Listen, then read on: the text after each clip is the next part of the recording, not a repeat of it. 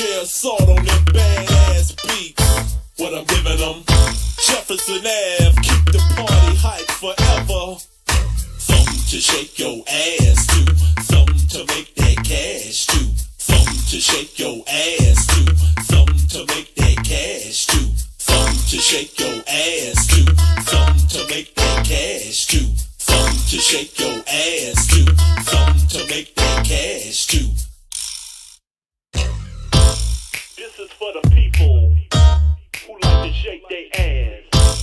I'm giving you something to shake your ass to. DJ Assault, aka Craig Diamond, Jefferson Ave. Let's get this shit cracking. Now which one of y'all hoes ready to clown with a nigga from the D-town? I put it down like Craig and Eminem. What I'm giving them, game that's infinite. Never forget me, bitch. Whether I'm rich or a pissy poor, whether I love all ladies or just all whores, whether I rock the top in a dubbed out coupe, whether I take you out to eat and order rat soup. It really don't matter at all. DJ Assault, aka Craig Diamonds, y'all. So what you saying? We gon' get naughty, y'all. Ready to party with the girls with naked bodies, y'all. Okay. So strip tease, get on your knees. Stop me at the clubs when the cops yell freeze. Illegal shit, we gon' leave confidential. This is what I'm giving you over this instrumental. Something to shake your ass to. Something to make that cash to. Something to shake your ass to.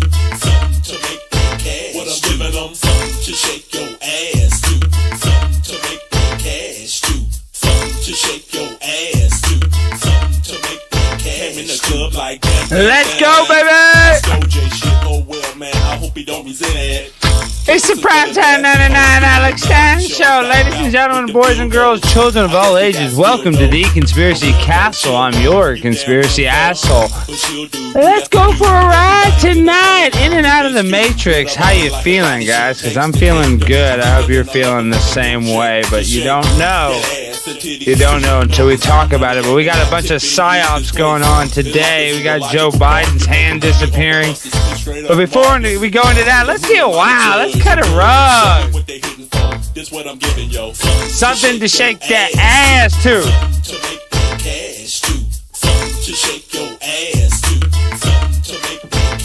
Let's go.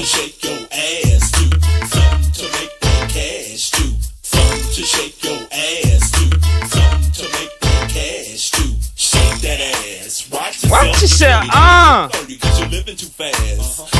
You're living too fast. I know you in and out of town, girl. Detroit, there. You really looking like a clown, girl. You ain't down, girl. You gon' fall, girl. Fucking call, girl. I'ma call you a bitch. The Macarena on that ass. I'ma do the Macarena on that. I'ma twerk on that ass. I'ma do the Macarena on that ass. Cause I'm Primetime 99 teaching class when I do the Macarena on your ass. Oh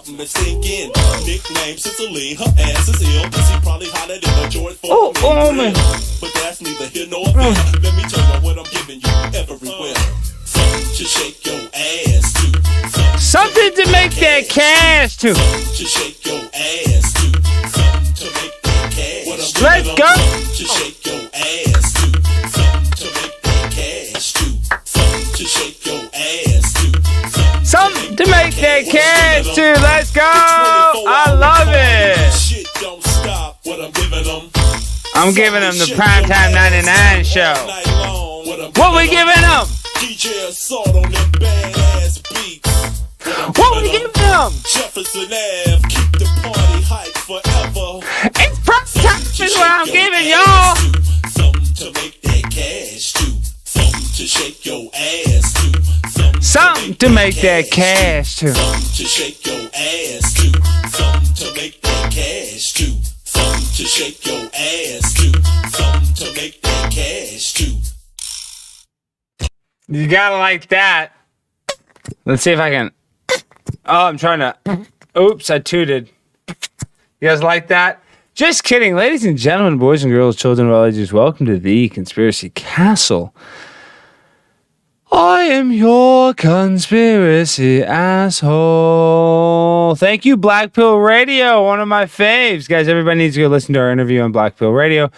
It was our latest episode. Speaking of, let's go into Apple Podcasts.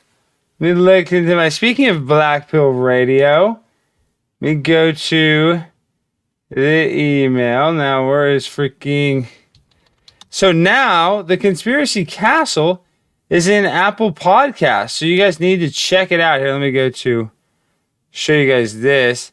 The Conspiracy Castle, guys. Come on. And if you guys want to listen to our interview, I think it was with our Black Pill Radio. This is the audio-only stream. So if you guys want to go give it please go in the Apple Podcast if you guys can, and you want to do me a favor tonight. Because we are actually live right now on Prince Alex Stein's YouTube channel. But we are now I'm the king of all conspiracy. The Black Pills Podcast, so enjoy this one. I'm your host, Shane, joined as always by Ken the Cocoa Bomb himself. What up? Ken the Cocoa Bomb! Shane, my guy Shane. I like Shane. This is Shane. The owner of the Conspiracy Castle. Royal Best dressed conspiracy guy. Best dressed. I even had to put on my suit to kind of match the energy, get on that level. Prince Alex Stein, how are you doing today, my man? Wow, what kind of introduction is that? That is too nice. You guys are way too kind for a bum like me to speak like that. But let me tell you something. It's always an honor to be with somebody else that is actually like looking into the non-official story. So I just really applaud two guys like me. We're doing the same thing. We're trying to create content and have people on our shows and stuff. And so it's brilliant. You guys are two beautiful young men, and I don't mean that as, no homo. You said we need more young men like you kicking ass and taking names, because guys, really and truly, the kids below us are so screwed. These young kids have no chance. And I think we are like their last hope. Like me in my 30s are these, I know that sounds maybe confident or something, but like we're the future's last hope, because all these kids are so indoctrinated. They don't have a chance, dude. They don't have a chance, in my opinion. I don't disagree with anything you said. Okay, well, we can listen to it all day long, but I just want to encourage everybody, please go give that a listen. And if y'all can, if you guys have an iPhone, and I'm pretty sure I'm in Google Podcasts now as well as Spotify, go on Apple Podcasts and just type in Conspiracy Castle. It'll come up. Oh, I should have put the link in the description. But, yes, thank you, Black Pill. No, thank you, Black Pill. You encouraged me to get this sure, and, now we're getting Apple Podcasts. Please go give it a listen and go give it a rating. Go give it a 5-star dog. Primetime 99, trying to get a mother trucking scholarship. We're trying to get a scholarship, my guy. I need that 5-star rating from Rivals so I can get recruited by the Illuminati, so I can be a first-round Illuminati draft pick. So please go give that a 5-star. Actually, don't give it a 5-star. Give it a 1-star if you think it sucks dick. What am I going to do? Who am I? I'm an asshole to tell you how to freaking rate me. You want to help a pimp? Give it a 5. You want a PhD, a player hating degree? Give it a 1. I don't give a damn. Just go rate the bitch. Let a player know that you rating me, dog. Because I would like you to set the bar. You know why? Because I will overachieve. Because Primetime 99 is an overachiever. Why? Because I'm on the grind all the time. Why? Because this is the mentality that I have.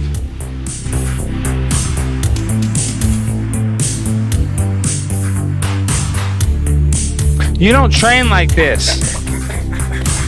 This is how the elites do it. The first rule is you got to find a pit bull and you have to establish the dominance within the animal. You have to show him you're the boss. Then you have to put yourself in the animal's paws. Then you establish more dominance. And then this is the most important part. You let the pit bull win to develop confidence-building skills. This is how you train.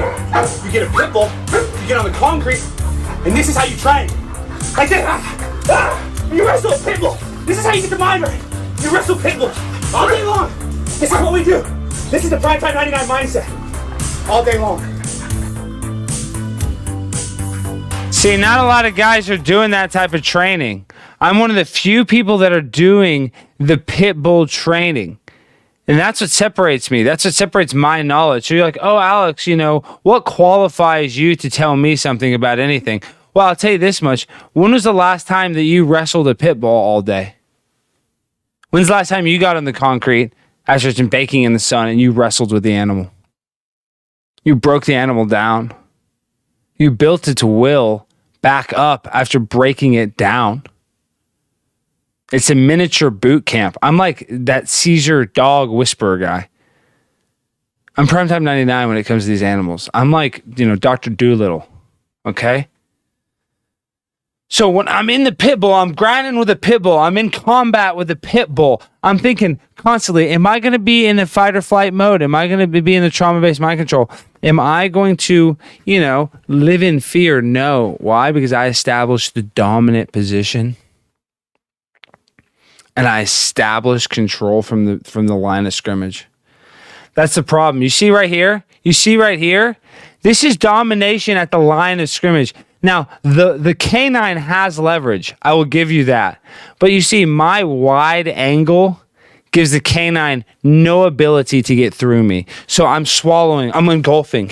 I'm like a right tackle doing pass rush drills.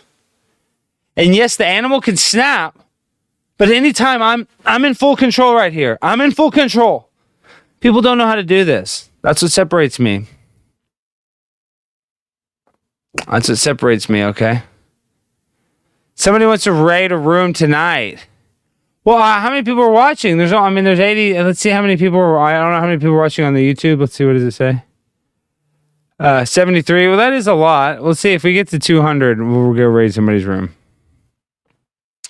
I don't know who, though, because if it's some lame raid, we're not used to raiding. Like, if we go raid it, not everybody's like, oh, cool, writing all the comments. But the room raid is cool. I would like to raid another room. I'm not anti-raiding. I'm pro-raiding. But I'd also kind of like to raid somebody that maybe, well, I don't know. I guess I need to watch more monographs. Like, you see, it worked. Sounded like I farted. Is that terrible that I love this device? Here, I'll play with one of those. My fidget spinners. I need something to play with if I'm not playing with a mouse. Sorry. What is a room raid? Exactly. Well, a room raid is where everybody in this room goes and jumps into another room and like says, yo, what's up? They did that to me, and a few hundred people run in your room and they flood your chat and you get a bunch of subs. It's really fun.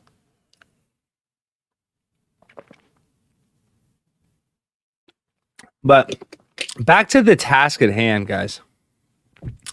If you want the mindset of a champion, you cannot be afraid to get into it. You see this? See that? You see, look at that. Look at that. Look at that. You don't have the ability. If you don't have the ability to get entangled like this, if you're going to live in fear of the New World Order, then you're never going to make it.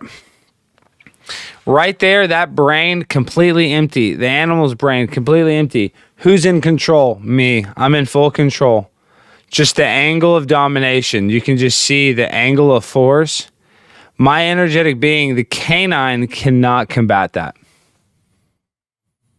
Do you see what I'm saying? So just remember that. Remember this angle when you are getting attacked by the canine, because there's actually been a bunch of pit bull stuff. Remember, you have to show dominance. You have to show dominance, because once you show dominance, then it's all love. You see this? That's all love. This is how you wrestle, though, on the pit bull, on the pavement. So I'll watch it one more time for the folks at home.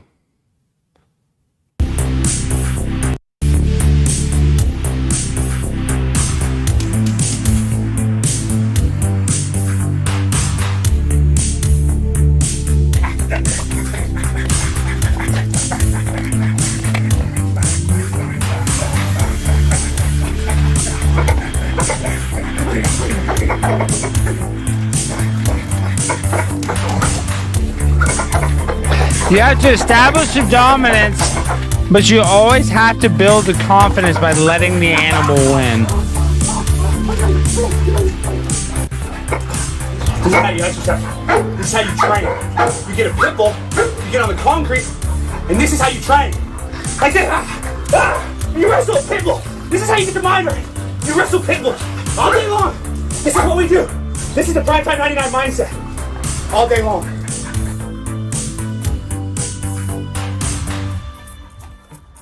All right. Yeah. So that's how you want to learn. Okay. Has anybody gone and voted a 5-star or 1-star for Conspiracy Castle in the Apple Podcast? Player pimps out here, please. Pimps. Where's my pimps at? Okay. Somebody said they wanted to see CGI Biden. Let me go to my likes. I believe here's some good CGI Biden. If I can show this. Let's see. Oh, Black Pill. Everybody go follow Black Pill podcast. They're badass. They've got some great shite going on. Okay, here, let's go to... Oh, look at this. John Kerry. American Airlines says they're looking into incident where U.S. Special Presidential Envoy for Climate John Kerry was spotted maskless on flight from Boston to Washington. I mean, of course, he's trying to fit in with a working class man, with the everyday citizen, and fly commercial because he's always flying private. And people are complaining because, oh, you're the climate czar. Why are you flying private when it, burns more carbon footprints than anything? Flying private. You couldn't have a personal carbon footprint much bigger than that. So, wow, somebody just paid. Rob, thank you for the $10. I didn't have the donation thing on this new screen. Sorry. Rob Wiggles, sorry about that. Let me add I got a kind of new setup with my screen, so sorry about that. But Rob Wiggles, $10, thank you. Oh, and speaking of e-begging, because that's up, thank you, Rob. Guys, please consider joining my Patreon for $1. Go look at the link in the description. I'm doing the Patreon only stream Wednesday, March 31st. I'm doing an 8-hour stream from 4 p.m. till midnight. 8 hours. We're going to be X-rated, too hot for TV, what you can't say here. It's just going to go on there, then it gets deleted. You got to have a special link to watch it. It's going to be a special account, and then I'll upload it to the Patreon so you can watch it later, obviously. But if you want to watch it live, it's going to be a private link. So please consider joining the Patreon. $1 will give you access to that. And then I'm going to start doing more, Patreon-only streams, but that's just going to be the first big one. I'm trying to build it up. I'm at 79 patrons at the moment. So if I can get to... Thank you, Daryl, for the 5-star review. Thank you, Daryl. Please, if you guys can go give me a 5-star review in the Apple Podcast, that would really be badass. All badass if you guys would do that. And make sure to talk about how handsome I am in the reviews, because it's a podcast. You can't see me. So that's why it's to be funny. Or talk about how ugly I am. Either or. I don't care. But talk about my looks. Be like, oh, I like to listen because his looks because you can't see me. I think that would be funny. That's the prank. That's the joke. Don't do the joke. You don't have to do the joke. You can say I suck. But that'd be funny. Be like, oh, I listen because I like the way he looks. And then it's a podcast. Okay, I think you get that. Back to the e-begging. Patrons only stream. Please go join the $1 Patreon. I just want to get up to 100 patrons. I'm at 79. Start asking my personal friends to join, which is fine. I have some personal friends that are our patrons. I'm just saying, I might try to push it on to more of my personal friends. Just in the meantime, a couple buddies that I know would join because I want to get it to 100. So you guys can be my buddies too and join, and we're going to get it there. We're going to, it will be sooner than later that we hit the 100, but I want you guys to help me out because it's a goal of mine. I'm trying to reach some freaking goals. So go to patreon.com/conspiracy castle. Okay, back to the news. American Airlines, of course, John Kerry, hypocrite, typical, no mask. What are you going to do? And then American Airlines says they're investigating it. Ooh, what are they going to ban him? Ooh, it's stupid. I'm not even mad. He shouldn't have to wear a mask at all. So it's like, what am I going to do? Bitch and moan at him? He knows it's all bullshit. It's just the hypocritical part. But at the end of the day, it's not like he wears a mask. It's all... The mask is not the problem, dude. The much bigger problem is not him wearing it. It's 2-year-olds wearing it to daycare centers. It's just very unnecessary. Oh, yeah. I don't know if you guys know this, but I grew up a big Sean Bradley fan. Sean Bradley was in a serious accident, and he's now paralyzed right now. Former Dallas Maverick Sean Bradley was left paralyzed after he was involved in a bicycle accident near his home in St. George, Utah. The organization announced in a statement Wednesday, according to the statement, Bradley was riding his bicycle about a block from his home when he was struck from behind by a car. Now, if you guys remember, Sean Bradley was from Space Jam. Sean Bradley, Space Jam. He was most famous for being 7'6" tall, one of the biggest players in the league while he was playing, and just absolutely unbelievably large. He obviously was some sort of Nephilim Babylonian, biblical being, and he was a Mormon, so he did have some sort of connection with God. I mean, was he a Nephilim blood? I mean, I think he'd have to be. Oh, we got 100 people messaged today already in the restream. Thank you so much. Let me tweet that. That's cool. So tweets that. Awesome. Tweet. That's cool. I just did that. All right. Whoa, I've received 100 messages. It was restream my own chat. Okay, cool. All right, let's go back to Sean Bradley. So he's freaking paralyzed. Can you believe that? From the waist down. He was a star of Space Jam. I mean, look at him next to Michael Jordan. It's not good. We live in a very weird world. Just we all need to take take this as an example for our everyday lives, that the world we live in is very scary and our lives are very fragile, and that at any moment our current situation can be taken from us. So we have to have some sort of gratitude, because no matter how bad it is, it can always be worse. Yes, he was almost 8 feet tall. Yes, and he was not very coordinated, but he was a great player in my opinion, because he was such a large human being. So he was awesome. Look at Cuomo getting his inoculation, dog, getting inoculated. Why not? Boom. Thumbs up, dude. Thumbs up. That's awesome. Good for you, man. I'm really proud. I feel safer. Look at that sanitizer. Is that such a joke? Look how big of a thing is sanitizer. No health official has that big of a jug. I mean, obviously they're selling something. They're trying to advertise some sort of company, but that's like so blatant and bull. I mean, that is just the fakest thing I've ever seen in my life. That much. Just gonna spray it. That's unsanitary, having that much sanitation fluid, whatever you want to call it, hand sanitizer. Everybody go give the Fact Hunter a follow on Twitter as well. The Fact Hunter, I love his tweets. He's a wrestling fan as well as I am. So look at Barron's transition through the White House. Look at Barron here. And then bam, here. All in 4 years or 5 years. Look at this. What? Can y'all see that? Can y'all see that? Is this a psyop? Is that the same kid? Is that a clone? He looks the same. I shot up a lot from my 8th grade to freshman year in high school. I had a growth spurt. Now, I don't know how old he is. Let's see, how old is Barron Trump? 14, and he's that tall? I mean, I was 6'2" at 14. I mean, like 6'1". I basically did all my growing. I mean, I got taller after, but I did I was over 6 feet tall as a 14-year-old, so. But Trump's 6'3". So that, I mean, dude, he's about to play in the NBA, or if he wants, he should transition. He'll have a better career in the WNBA. He'll have more success. He should think about that.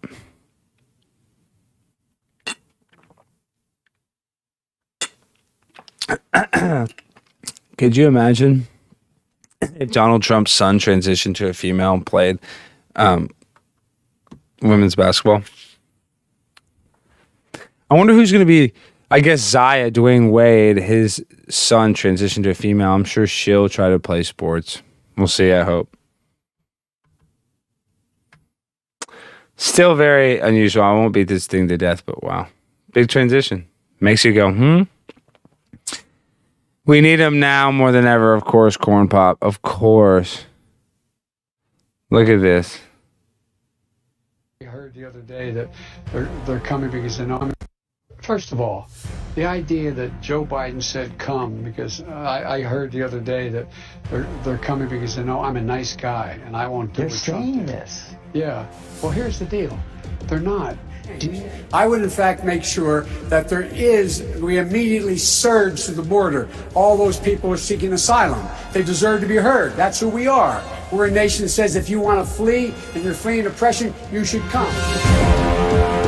Wow, that's pretty hardcore. I mean, everything that comes out of his mouth, and we already dissected this last time, the Britney thing. But what was the main video? There's a video. Oh, you guys wanted the. Well, I liked it. I retweeted it. You guys wanted the Biden thing. Here, I'll just search Biden arm.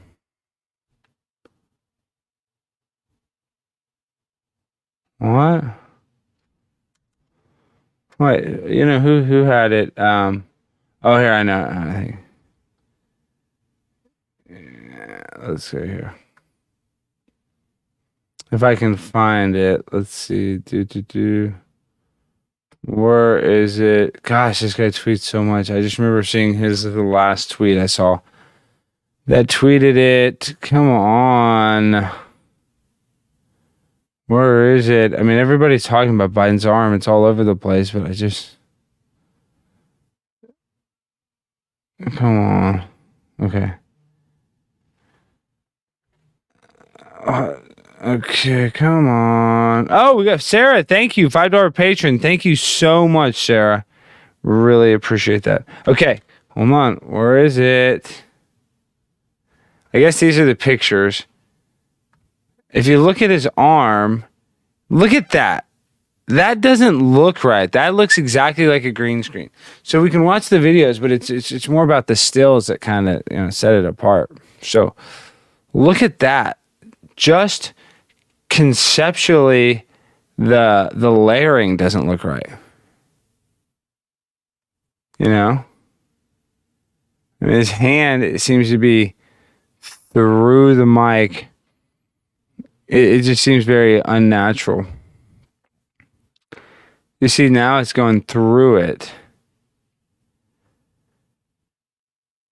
And I saw Owen Benjamin. I didn't see his stream, but he was talking about how on his Instagram, how they must do this on purpose. Because they don't, NASA, for example, NASA doesn't, why do they make these mistakes? Like, they have to know Rob Simmons is going to say, oh, the earth is photoshopped. It just doesn't make sense. They're not that stupid. They're not going to be like, oh, hey, Rob, just go say whatever. They told them, hey, we have to explain to them what's going on because it's called revelation of the method. We have to tell them and they have to fall for the trap. So it's like almost they have to leak this out because they're revealing it. So they have to just kind of keep the like Q people, the sharks in the water. They got to give some blood to keep the Q people, attracted to it, or like at least probably to demonize people that are still believing in conspiracies. So it just makes people look, oh, why would they fake it on a green screen? But then if you look, like, he reposted some pictures from, let's see, I think it was this angle. Now, it's not like this. I mean, this doesn't prove anything. I mean, like, they couldn't do this on some sort of screen. But it begs the question, why? Of course, I believe they can fake it. I believe they do fake a lot of stuff, but why are they faking Biden doing that? I mean, I guess because he's not capable enough of talking to the press, but I don't know. It's very confusing. I don't really understand what the psyop would be. Like, why are we even looking at this? Why am I even sitting here talking about this, wasting our time? Not wasting our time, but I mean, is it even newsworthy? This is like so small. There's like a border crisis. There's 3,000 people that are coming to Dallas, Texas, 4 miles from my house that are all teens, supposedly, and they say teens, but they all look like they're about 30. I mean, it's just... America is purposely being brought down on purpose for some reason. I mean, not for some reason. We know this because it's like the leader in the global world, or whatever you want to call it. It's the number one target of the evil cabal that rules the world, because this is the biggest domino they need to get to fall. So I know why, but I just can't believe their plan is working so well, because this is just so ridiculous. The crap we think about and talk about, it's boring. It's not even cool. It's not even fun. It's just really sad. I mean, we've just all lowered our consciousness level to just basically nothing. Basically nothing. Oh yeah, here, let's go into the Titanic conspiracy. You guys, I don't know if you guys know this. Somebody's talking about this. Titanic conspiracy. I don't know what's the best video for it, but let's go. Olympia. Okay. Well, shoot. I want to watch one that we can watch. Let me go to. I want to get some bunch of strikes. Upload date. Here's the thing. The Titanic switch theory and how it never happened. Okay, it was a Titanic switch theory. Okay, filter, upload date. Let's see. Come on. Let's go to a good video. It's straight up dumb. I love how people are defending it and how it never happened. Titanic versus conspiracy theories of Titanic. Never sank. Explain it to him. Come on. Let's see. Let's see this. Let's look.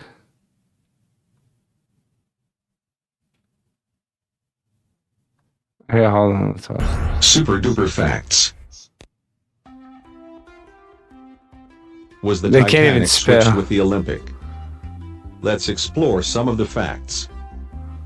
1. Titanic's insurance. Titanic's insurance was increased 5 days before the maiden voyage, which resulted in J.P. Morgan receiving $12.5 million for Titanic in insurance payouts from Lloyd's Maritime Insurance. Estimated at over $160 million today, more than they could ever have recovered if they had sold or scrapped her. The switch theory primarily rests on the sinking being a deliberate act to recover insurance money to rescue the White Star Line from bankruptcy. 2. Olympics crash with HMS Hawk. Another key component of the switches theory is to state that Sean, $25 patron, Sean. Wow, where are you in the chat, Sean? Wow. Thank you so much. Say, where are you? Okay, there you are, Cheddar Bomb. Thank you so much, Sean. I just want to, recognize the name. HMS Hawk was much more substantial than what is thought.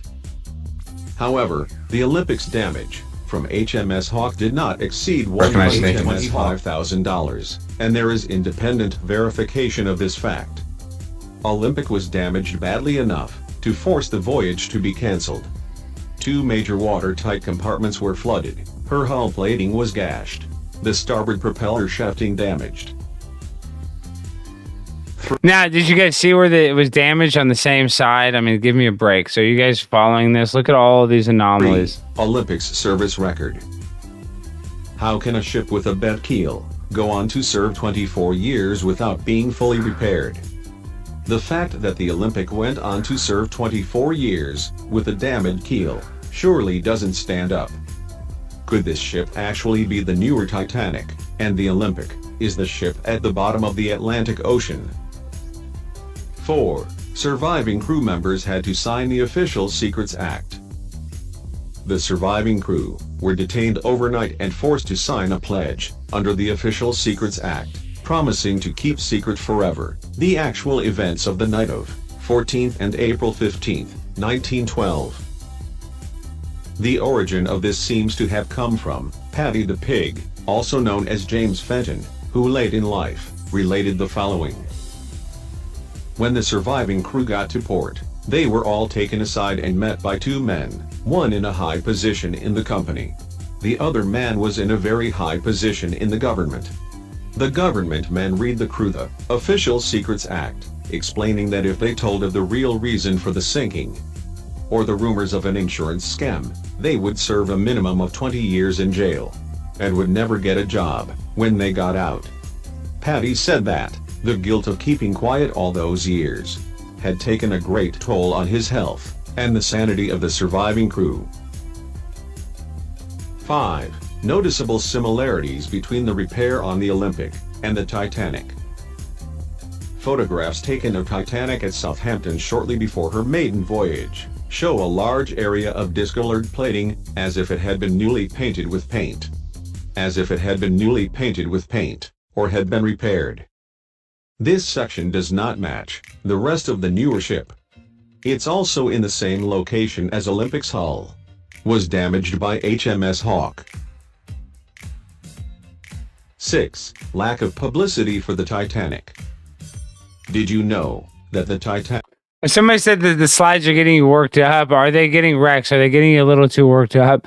I mean, this is just like 9/11. And speaking of 9/11, guys, this Saturday, and then how does audio sound? Tell me in the chat how the audio. Am I too hot? Is the mic clipping at all? It's clipping when it distorts. Is this triggering some of the switch theory? Because you can tell there's a lot of videos being like,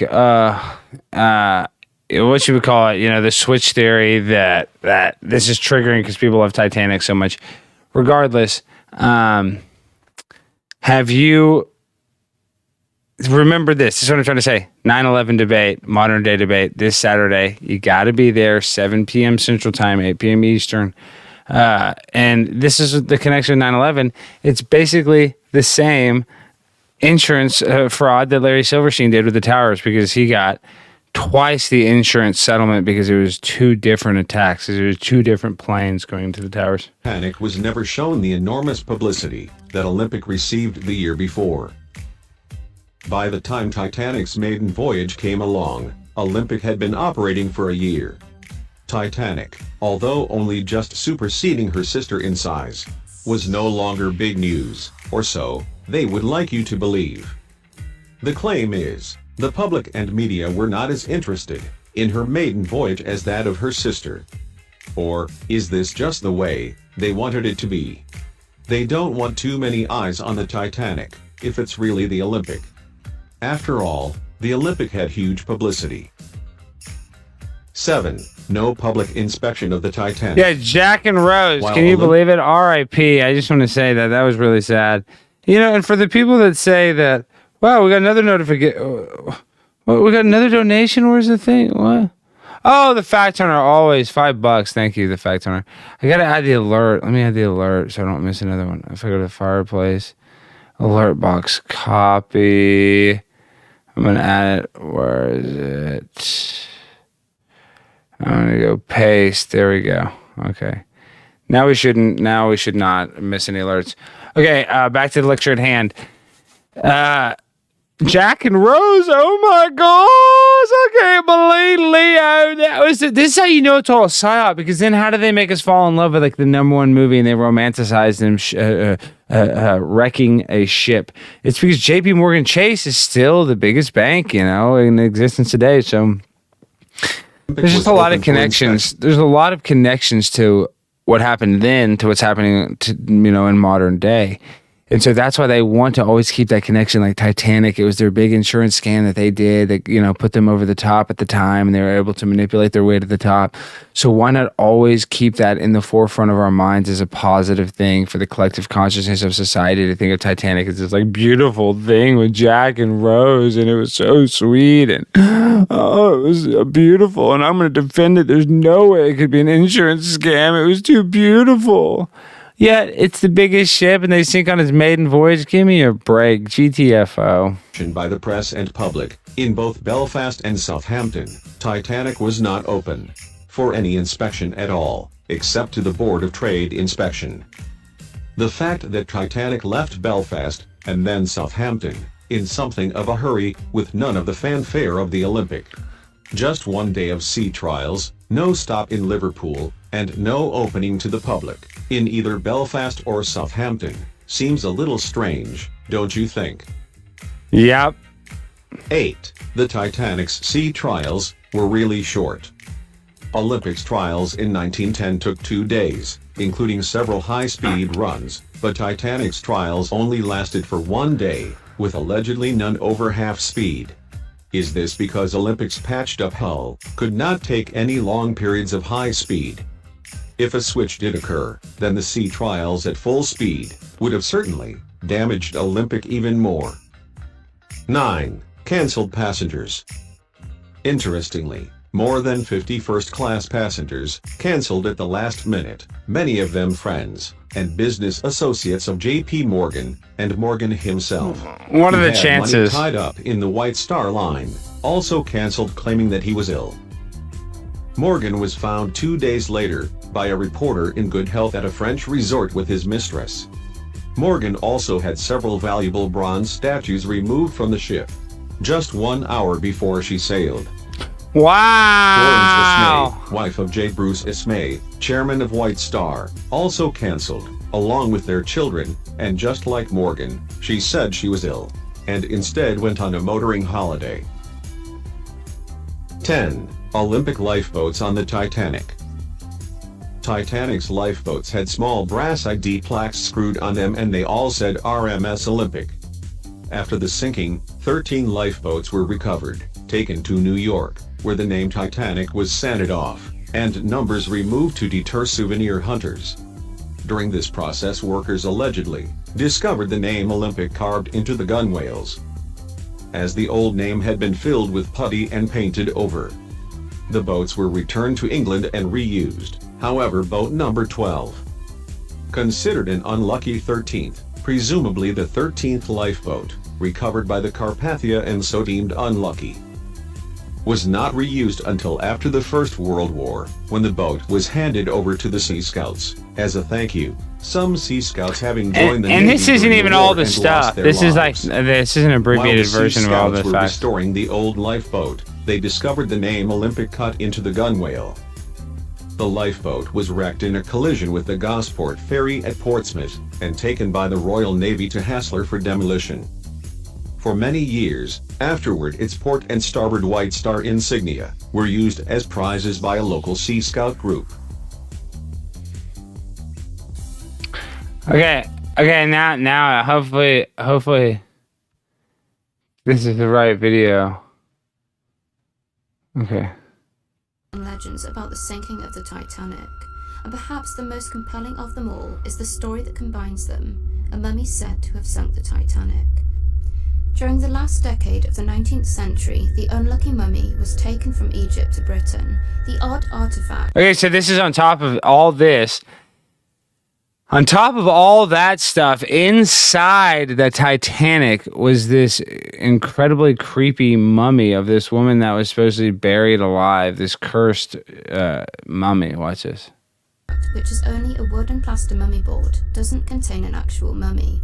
Hieroglyphs suggest its owner had once been that of the High Priestess of Amun-Ra. The artifact has been shrouded in mystery since its discovery in the 1800s. The haunting stories gained momentum as soon as the artifact was purchased by amateur archaeologist Thomas Douglas Murray. He acquired the artifact in reasonably good condition. A couple of days later, as Murray had been shooting ducks somewhere down the Nile, and just shortly before his return to Europe, he suffered an accident with his weapon, ending up with an injured arm. He couldn't find proper medical treatment and lost his arm to amputation, and so he became the first victim of the mummy. Other members of Murray's trip to Egypt were supposedly not spared misfortune. As Montague Summers affirms, after conducting in-depth research on witches, vampires, and magic in the early 1900s, quoted, 2 servants who had handled the mummy case, perhaps without sufficient respect, both died within a 12-month, whilst a far swipe of fate overtook a third, who had made some jesting sally, unquote. So According 3 to guys have stories, died. Since its arrival in Europe, almost everyone who came into contact with the mummy board was followed by misfortune. A lady by the name of Miss Warwick Hunt received the artifact as a gift, and since the moment the valued item found shelter under her roof, Miss Hunt had undergone considerable financial losses. She eventually donated the mummy case to the British Museum.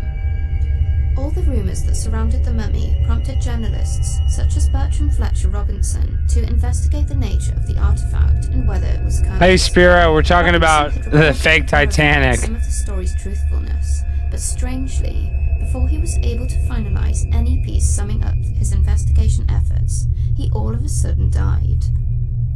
Other famous people got involved with the story, including Sir Arthur Conan Doyle, who contemplated how strange Robinson's death was.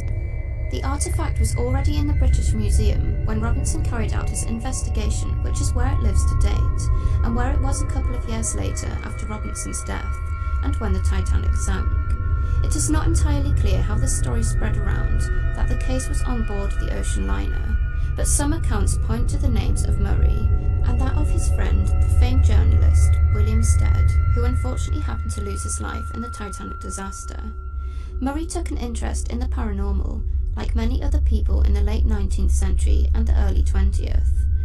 He heard a story being shared around that told of a woman in England who also had a mummy imported from Egypt. After the woman had displayed the mummy in one of her rooms, the following day everything breakable in that room was found shattered to pieces.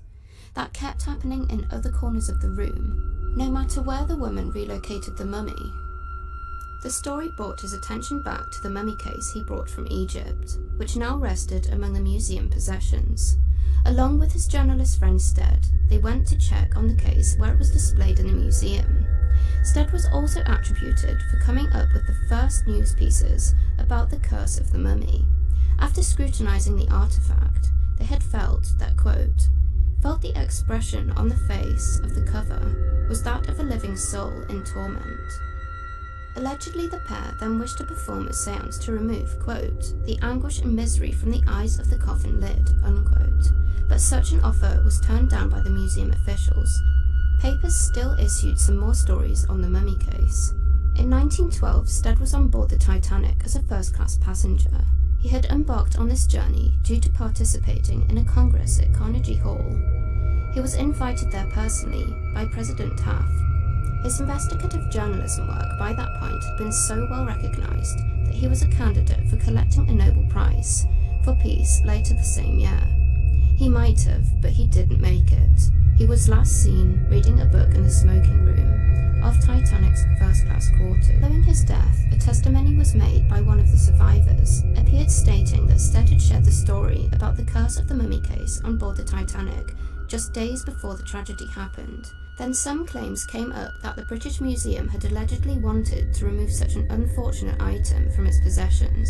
The news also shared that the museum had arranged to sell the mummy case to a museum based in America, which is why the case supposedly found itself on board the lavish ship, although there is not much evidence to back this up. Some even believe it was also the reason why the Titanic hit the iceberg and broke into two pieces. If you have enjoyed this... Okay, well, we don't know if that's true, but that mummy on Titanic... But you guys can go and just Google, the great, Titanic Olympic switch theory. And basically, reconstruction of the great decision to switch the two mighty vessels of the White Star Line. Prologue, September 1911, the RMS Olympic, sister ship of the Titanic, due to start her maiden voyage in March, had been seriously damaged in a collision with the Admiralty cruiser HMS Hawke off the Isle of Wight. An examination of the Olympic revealed the ship to be unseaworthy, and although she could be temporarily passed for a return trip to her builders in Belfast, it was clear that she was unsalvageable. Faced with ruinous costs, the White Star Line decided on a radical plan. Bruce Ismay, the head of the White Star Line, was worried the Olympic, his brainchild, to recapture the lucrative North Atlantic passenger trade from Cunard, had been seriously wounded. She was due into Belfast the next morning, October 6, 1911, for repairs, but he and everyone else knew that she was worthless and could never carry on her business as before. He approached Thomas Andrews, the managing director of Harland and Wolff, the builder, with a cunning, daring plan. Switch the Olympic with the Titanic currently under construction. Scuttle the Titanic, have the passengers saved, claim the insurance money, and save the White Star Line from impending financial disaster.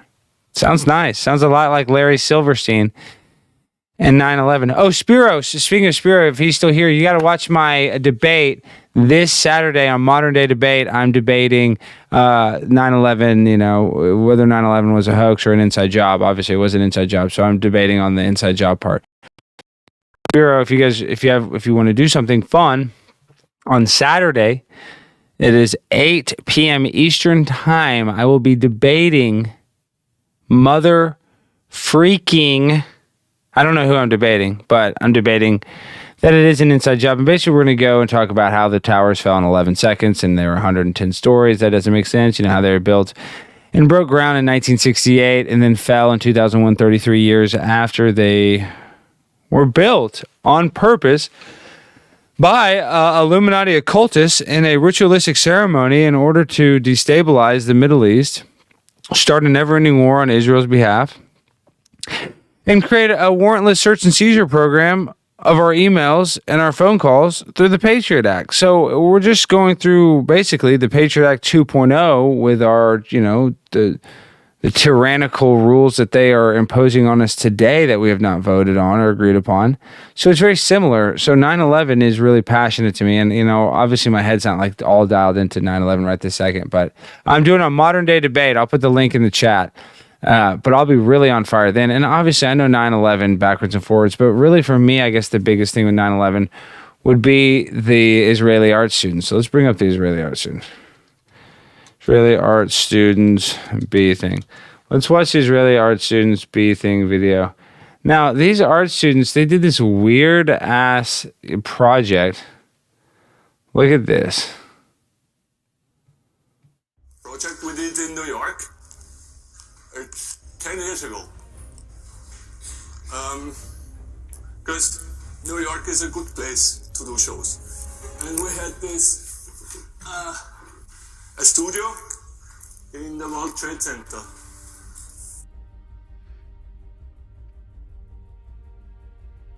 We had this, a studio there for 3 months. And it's a very, looks like a wave. It's a very strange building, or it was a very strange building, because it's like to have a studio in there. It was on the 91st floor, and we shared with about 20 other artists. So you had a section of a floor there. We had 3 windows. So you had 3 windows and a strip. And then the next artist had 3 windows and a strip. And then, because it's basically impossible it's very difficult to bring material inside, because it's so high up. There's no telephones. Nobody can come and visit you. And it was very strange. And once you get inside, you walk inside and you take an elevator to floor 50, then you have to change to another elevator to get higher up, and things like this. And once you get up there, it took you 25 minutes from entering the building to your place. And then the only thing you think is like you want to get out again. Think about that, from the elevator just to your office or whatever you want to call it. I mean, these guys are in an empty warehouse, and you got to think about these floors where I think the size of a football field. So a football field's big from one end to the other. That's 100 yards. I believe it was 2 football fields, if I believe it's right. So, Lord knows what kind of path they're going through this basically unconstructed floor. So there's a lot of floors in this place that were unleashed because they had irreparable asbestos in the building. And after the 1993 bombing, most of the tenants left, and except for very few tenants that had banks or special vaults, or like people that had special sort of office structures, like banks basically, or money holders or money lenders, because the building was also not even wired for the high-speed internet. So with like the changing technology, the building was just so outdated that all those like Fortune 500, market-changing companies, they knew that, so they just bought their own buildings or went through, you know what I mean? They didn't have any reason to go there because they didn't want a virtue signal and need to be in like, the business district of Manhattan in the World Trade Center, because it didn't have the same cachet after 1993. And obviously it did still have some cachet, but like you just look at the Windows of the World and you look at Larry Silverstein, he ate breakfast every single day at the restaurant in Windows of the World at the top of the Twin Towers. Every single morning. And, the one morning he doesn't, eat breakfast there, him, his son, and daughter all skip out on work. And all are luckily not there, which is unlikely. And he said that he missed it because he was going to go to a dermatologist appointment that he didn't make, So These guys are all full of crap, and you can just kind of look at the motive, the destabilization of the Middle East, and you just look at the pump up of the military-industrial complex that is never-ending war that we started, and it's actually quite sad looking back at it, knowing what I know now, and feeling that I thought at the time, oh, we should go fight. We need to go kill some people. Like, that's the worst way to be. That's the worst mindset to have, to punish people that had nothing to do with this in order to make ourselves feel better. And that's really what happens is because, when you're a hammer, like the United States of America, every problem is a nail. And so even small problems, small differences, what we do is we just destabilize their whole region. And we are the ones that are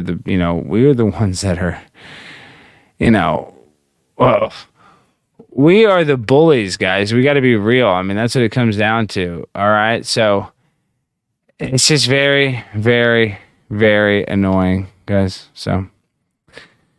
Spiro, I see you're leaving. I hope my 9/11 talk isn't in a low vibrational field. We're trying to get positive. I don't want to get all into the Israeli art students, but that is getting into the weeds. Titanic, look into it. The switch theory, that is a real thing. Sean Bradley, injured right now, guys. Sean Bradley is injured, paralyzed from a bicycle accident. Very not good. That is not good for the culture, for the brand. Okay, we don't like that. We definitely don't like that for our man Sean. We want him to get better. Is he going to get better? I don't know. No idea. Well, what else on the Twitter universe? There's a couple other tweets I wanted to, spotlight, give a little shout out to. I like Twitter. It is a good game we play on here. We can't even get into. Look at this video.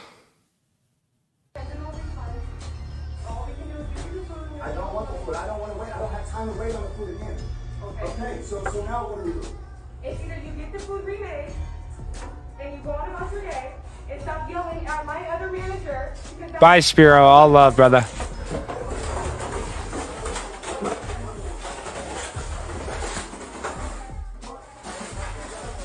Look, watch us. Ready?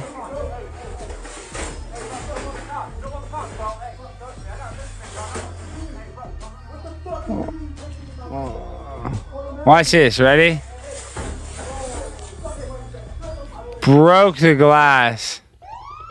Wow. People are tense. This is at a wing stop, dude, over some barbecue fried chicken wings. And I can get his disgruntledness, If somebody messes up your wing order, that can really put you in a negative vibrational state. But this guy's way out of line, dude. I mean, this guy's way out of line. Like, I get it, man. You ordered lemon pepper and they gave you teriyaki. It happens. And I get it. You go in there and be like, I should get to keep these lemon pepper. I should get to keep these teriyaki. Plus, I get some more lemon pepper. I've done that dance because you want to get a couple extra wings. Why not, dude? I'm on your side. But as soon as you get the register and start throwing it through the freaking glass thing, it's like, how can I be on your side? And actually, I want to be on the worker side too. So it's not like I'm doing that to virtue signal either. It's like I just saying when we see these situations, there's three sides to every story: his side, their side, and the truth. Now you'd want to be like, hey, let's see, does he have his mask on? I didn't pay attention. His butt is out too. His mask is off. Where is his? Does he have a mask?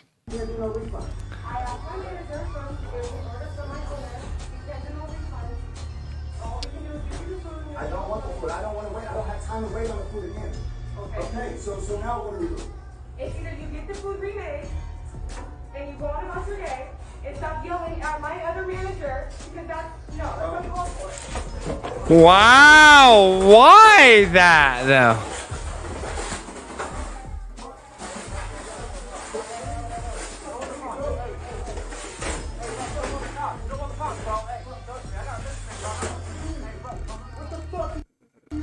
They're gonna say he's an anti-masker. That's why.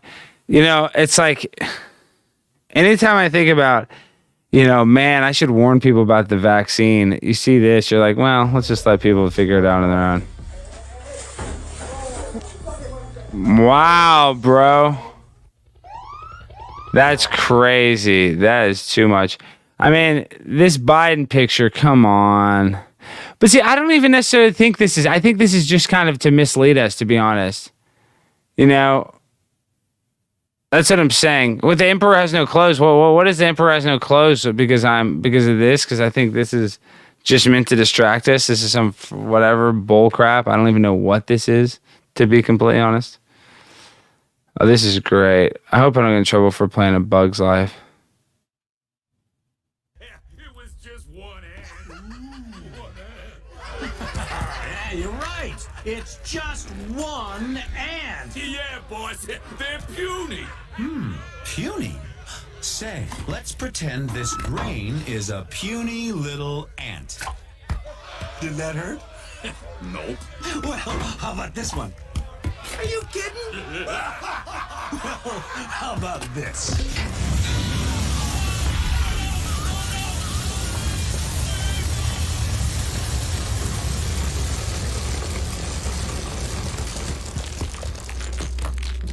You let one ant stand up to us, then they all might stand up. Those puny little ants outnumber us 100 to 1. And if they ever figure that out, there goes our way of life. It's not about food. It's about keeping those ants in line. That's why we're going back. Does anybody else want to stay? It's funny because that's also Kevin Spacey's voice, and he's a total creep. But that's what it is. That's what's happening with society is they don't have enough military. They don't have enough people. They don't even have enough guns to control us. So that's what they're doing. They're using psychological operations in order to scare society and create a domestic terrorist to divide us so that the people will feel okay with, demoralizing each other and putting each other in, re-education camps, basically. So that we're fighting with each other because the government knows, the people in power, the evil cabal knows that we outnumber them. So they have to trick us and confuse us. And like this Bug's Life or whatever this is from, ants, it just is a perfect rendition of what is actually happening. Is we don't realize we have all the power and they actually feed off of our negative energy. They have to keep us in that negative energetic state. Like through the trauma-based mind control, because we always talk about it's that fight or flight response. They feel good when like the whole nation is just in a collective like funk or collective sadness. That is when these people are just celebrating and spiking the football and just loving life. Wow, another patron. Thank you, Ian. Thank you so much, Ian. What is that up to? I think we're up to like 81 patrons. Wow, if you guys want to join, you guys want to help me, we're almost to 100 patrons, and you can join for $1, and that gives you access to the patrons-only stream. Oh, and that's £1, so that's like $1.70 or something, $1.60. That's a little more than a regular dollar. I'll take it. But guys, please go out there, join the Patreon for $1. So not only will you get access to the patrons-only stream on Wednesday, March 31st, an 8-hour stream. We're going to have special guests. It's going to be too hot for TV. We're going to talk about all the stuff we can't talk about. But guys, I'm almost to 100 patrons, and that will be a cool milestone for me to reach. And I'm not saying that to e-bag. I hate to hear that. I'm asking you. Come on, please consider it. You join for $1, you forget about it. That's $12 a year. That's not that big a deal. You're going to get access to it. It's going to... Oh, Roosevelt News Media. Thank you for the shout out. Roosevelt News Media, you guys want to go give him a follow. Anybody that's helping spread the good vibrations, thank you, Roosevelt. I guess I already retweeted it, but thank you so much. And look at my man Tucker Carlson. It's funny because in my life I thought, it takes so much to be a broadcaster, but this day and age, guys, no. The Conspiracy Castle, with your help, I'm at 100 patrons. One day I'm going to be at 1,000 patrons. I'll probably get shut down by Patreon before then, but you know what I mean. And it just gives me hope because it shows as long as I create good content and once I get a little more funding, then I can actually go out and do more man on the streets, because this is all I need is like 3 people and a camera, maybe 2 cameras. It's that easy. This day and age, I didn't realize that with the technology, you can create your own show. And here at the Conspiracy Castle, me creating this show, it's given me a lot of focus and a lot of happiness, because having a hobby is important. And I'm not saying all of you to have a hobby, you have to be create a show, but it's like, for me, it's just something that I really, really like and enjoy doing. And so now when I see like how the big dogs do it, it's really not that much different. It's really, the barriers to professionalism is not that much. I mean, I can be just as professional as him. Now, will I be taken as serious as mainstream media? No. But as long as I'm funny and I can make people laugh and I can get you guys to join my Patreon for $1, and then I can get you guys to watch my content, then I'll be happy. I'll be satisfied with that because I'm going to keep trying. I'm going to keep creating as much content, as enjoyable content as possible. So here, and let me go to my Apple Podcast. Let me do this. You guys want to help me?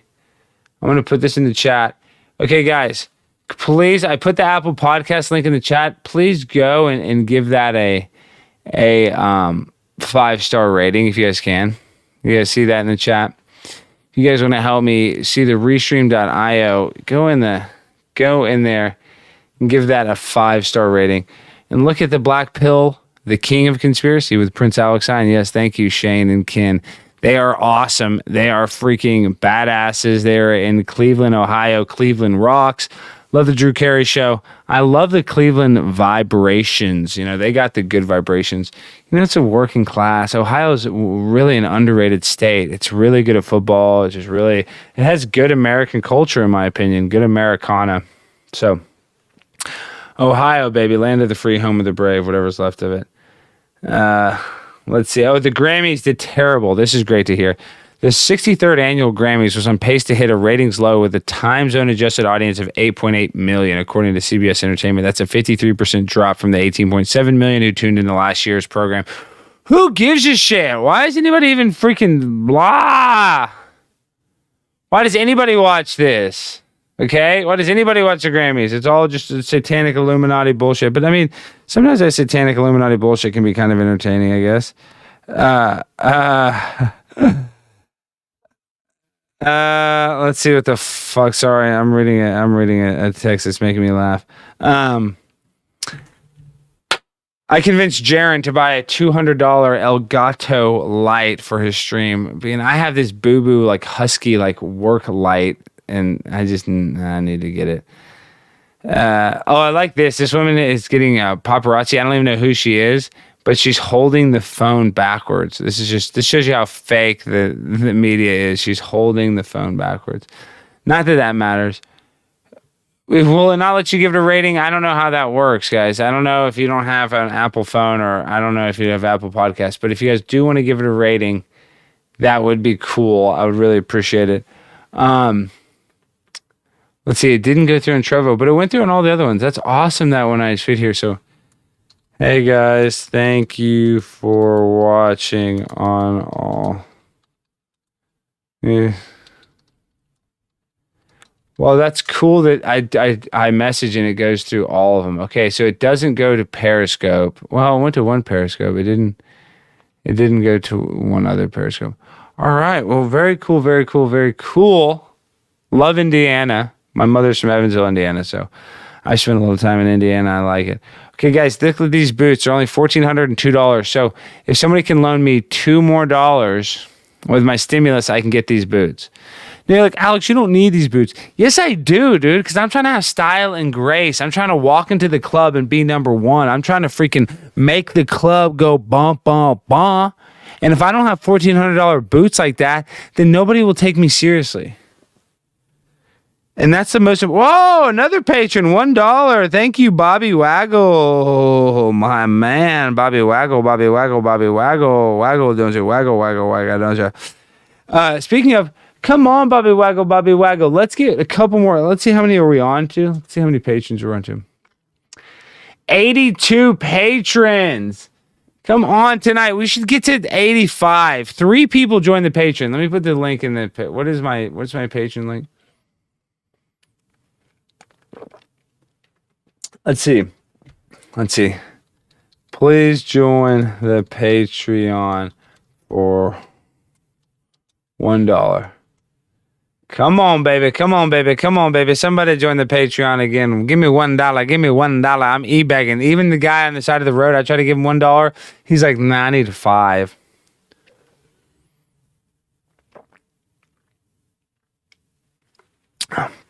So if anybody, you guys want to join my Patreon, I'm trying to buy these boots. So if you guys want to help me get these $1,400 boots so I can freaking really do them justice when I walk in the club, I'd really appreciate that. So, oh, and we want to say congratulations to Elliot Page for the full transition. This is fully who I am, so this is awesome. We love this, the Conspiracy Castle. This is the best. This is what we need. More of this. Oh, did we get another patron right then? Right then and there? Did we get one? I think we got another one. Wow, that was quick. Yes, Johnson Roberts, J. Rob. Thank you. Now we're up to 83 patrons. Come on. Let's get to 90 patrons. Oh, I wonder. Oh, I bet I can add a. I wonder if I can add a patron ticker. I don't know. Well, we'll see. I'll figure that out for the next stream. So that's good. Let's see. Is there anything else we need to look at? This is what I'm doing with my $1,400 stimmy. Not everybody is an admin, but a lot of people are admins. The real fans, true fans, the true fans can be mods. That's what I'm saying, guys. True fans can freaking be mod dogs. All right? That's just how this works. This is Ezekiel Elliott in Dallas. Oh, this is the best. So this is Nelson Aguilar. And was assisting people down. My man just started throwing babies out the window. We was catching them. Unlike Aguilar and his mishaps, I like to put that out there. And Nelson Aguilar is a player for the Eagles that stinks. So Busco! Thank you joining Busco for $1, Busco. My man Busco. I appreciate that. Thank you. Sour cream and onion, Busco. This should be your new car. Busco's looking for a new car. I got one right here for you, Busco. Sour cream and onion Nissan, dog. Nissan Maxima. Wow, Rob Wiggles, $5. Thank you, Rob Wiggles. Wiggle, don't you? For the boots, yes. And now I'm gonna go get those boots. I'm gonna be in the club like bun dun da da. In the club, guys. In the club. Okay, this sketch is so funny. I think this is so funny. I have to watch. Can I borrow a t-shirt? I got toilet water all over my outfit and I don't want to tell you how. Awesome tea. Thank you so much. Is this Simpsons, right? No, it's Pokemon. That show is hilarious. Did you take a shower in there? No, it was just like a toilet water thing. What happened in the bathroom? It's so normal and fine. My hair dries really fast when it comes to toilet water. I mean regular water. Thanks so much for this coffee. It's really good. By the way, your toilet water is freezing. I'm gonna go put something in my bag in your room. What is that? What is that? This is an earring. Oh my god, no, that is the toilet flusher. What did you do in the toilet? Don't worry, it's not a piss or a shit thing. It's just a toilet water thing, and I only do it for good luck. What are you talking? No. I don't know, I just feel like really connected to you. Why do you have the top now? Bring me back my toilet pieces. I bet your ex did something really similar. To what? Like, what did you do to my toilet water? Feels like you're soaking wet right now. So oh, shut up. You're flirting with me now. No, I'm not flirting with you. It's just a girl thing. It's not a girl thing. I think it's a you thing. Okay, well, welcome to dating and COVID. Okay, you know what? Fine. I don't want to see you again either. Like I said, your toilet water is freezing. So who's the weird one here? It's still you. Uh-huh. Yeah. I can say, though. There you go. So, did we get some more patrons? Wow, Scooter the Artist. Yes, so we're so good. We're crushing it, the patrons. Let's see the patrons. Let's go. How many are we at now? Come on, patron life. Let me say, hey-o, patrons. Hey-o, patrons. That's what they say on, oh, it's almost to $300 a month. I'm gonna be rich. I'm so excited. So the toilet water sketch is so funny. Thank you guys for joining. This is an official scene from The Simpsons. Oh, do you guys do this when you guys stay at a hotel? Me? Oh, shit, I can't play the audio. Do you guys do this at the hotel? I don't want to get a strike for the music. Even though my show's not monetized, I don't know why it matters. I just don't want it to be like hit with some sort of thing. Look at this. You guys take all the crap at the hotel. I used to do that, but now I don't do that anymore because I don't need any of the shit. I mean, like when I was like struggling, not that I'm not struggling now. I don't want to act like that, but I mean, you know, when I was like a kid on vacation, maybe the shampoos I used to take, but like now if I go to Las Vegas and I stay at a place and has nice ass shampoo, I don't necessarily take it home. No. Now this video is badass, guys. This video is badass. This is what y'all have to see. So this is, where is this? Okay. This is them building a freaking, building a bridge in the Netherlands. Look at this. In one weekend. Come on, dog. Look at this. Look at that. That's so pimp, dog. That's how you do your road construction. Now, if you can't freaking enjoy that, that's freaking modern man's doing man's work. Awesome. Another patron. Yes, Alair73. Thank you, Alair73. Look at that, dude. They're driving before the weekend's over, and the roads in Dallas are complete trash. There's like potholes all through the alleys. Complete trash. Look at this. This is Prince Harry's real dad. If you guys want to know. James Hewitt, not Spencer. Princess Diana's ginger-haired riding instructor / lover in the early 90s. All with eyes see the resemblance between James and Harry is uncanny. Templates. Look at this. Look at that. What do you think about that? Doesn't that answer a lot of questions that you might have? You're like, no, I wonder how many of that, I wonder how many patrons are there. Oh, let me go to my patron. I think we're at, I can't believe you guys, it's growing. I love that it's growing. I can't tell you how much I appreciate that. And the patrons only stream is going to be freaking buck wild. We're going to let loose. I believe we're at 85 patrons. Wow. 5 more to get to 90 before the night. 5 guys sign up somewhere. Thank you, One Sick Talk, for just putting that in the chat. Somebody give me a dollar bill, y'all. $12 a year to get some freaking uncensored primetime 99 content. Look at this. This is the saddest thing I've in a long time. Random guy. My dad died. Darren Rovell, who's like one of the biggest sports broadcasters. This guy posts going through some things from my dad's collection. No idea where to even start. This guy right here. And Darren Rovell says pretty much all junk. This guy's talking about his dead dad's baseball card collection, and Darren Rovell is throwing shade. This guy's the biggest pro mask announcer there is. So this is like, I know it is a crappy collection. Everybody's talking about how bad of a collection it is, but this guy's talking about how his dad just died. He's going through his dad's collection. You got to crap on it like that. There has to be a way to say that more professionally, a little nicer.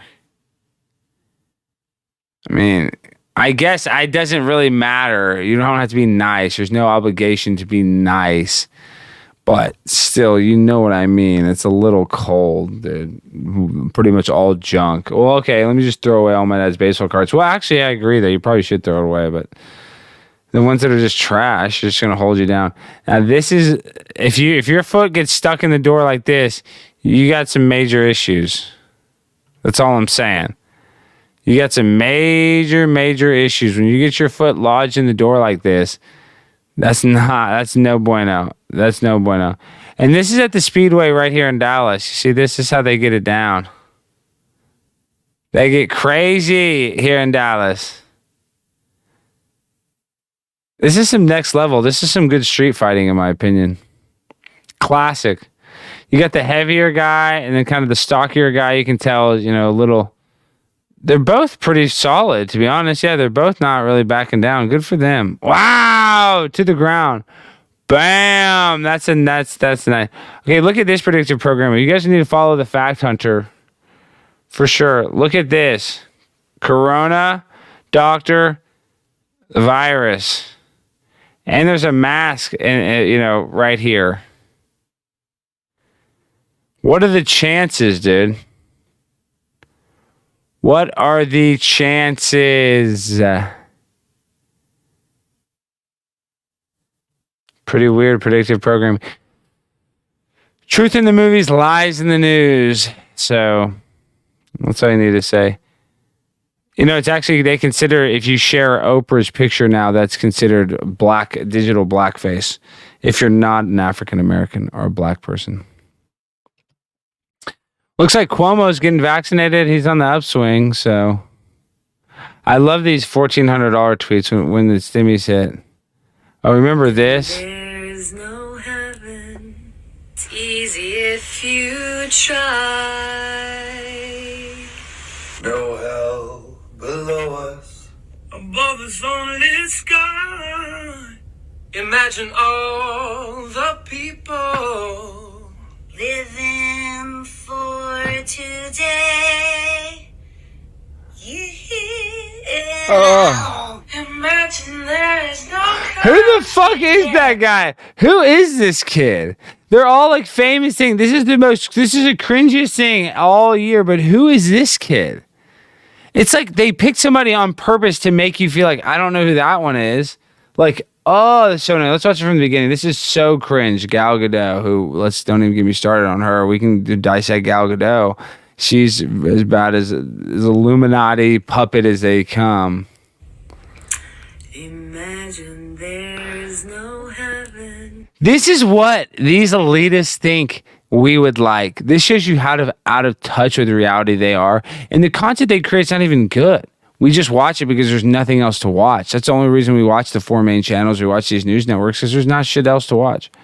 But this is garbage. This is trash. And they actually thought this shit was clever. They were editing this like, oh, this is going to go viral. This is going to really inspire people. Just speaking truth to power, singing Imagine, thinking about how there is no heaven, there is no hell. You're just a cosmic accident. And even though the world's, burning around you, it doesn't matter because you're going to be dead in a minute anyway. Ha ha. I mean, it's like, what the fuck?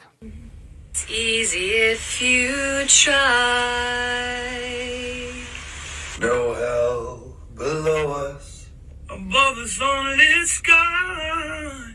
Imagine all the people living for today. Imagine there's no countries, So cringe. It's hard to do. Nothing to kill or die for. And no religion too. Imagine all. Oh my gosh, that is so annoying. Oh, give me a break. I just want to puke listening to that. Look at this guy. Now, this guy is awesome. It's Piotr Petkowski. Piotr Petkowski, Poland's deputy finance minister. He looks extremely like a 12-year-old playing dress up as a kid's idea of a grown man. This guy's 29. Look at this guy. He's a badass. Whatever this guy is saying is wrong, but you should just listen to him anyway. You know what I mean? Like, obviously, he's not qualified to speak upon anything because his brain isn't even done growing. He hasn't even gone through puberty yet. So he's not qualified, but emotionally, he is ready to handle it because the trauma he's faced his whole life, mentally, he's very capable. Physically, no, you would say he's not, but mentally he is from all the teasing and bullying.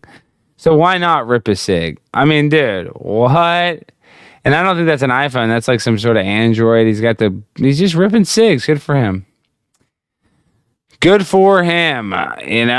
Poland, they got it going on. I think in Poland might be shutting down again or something. But look at this, guys. This is a real depiction of our U.S. military today. Yeah, you guys think Poland is doomed? Look at this. This is a real picture.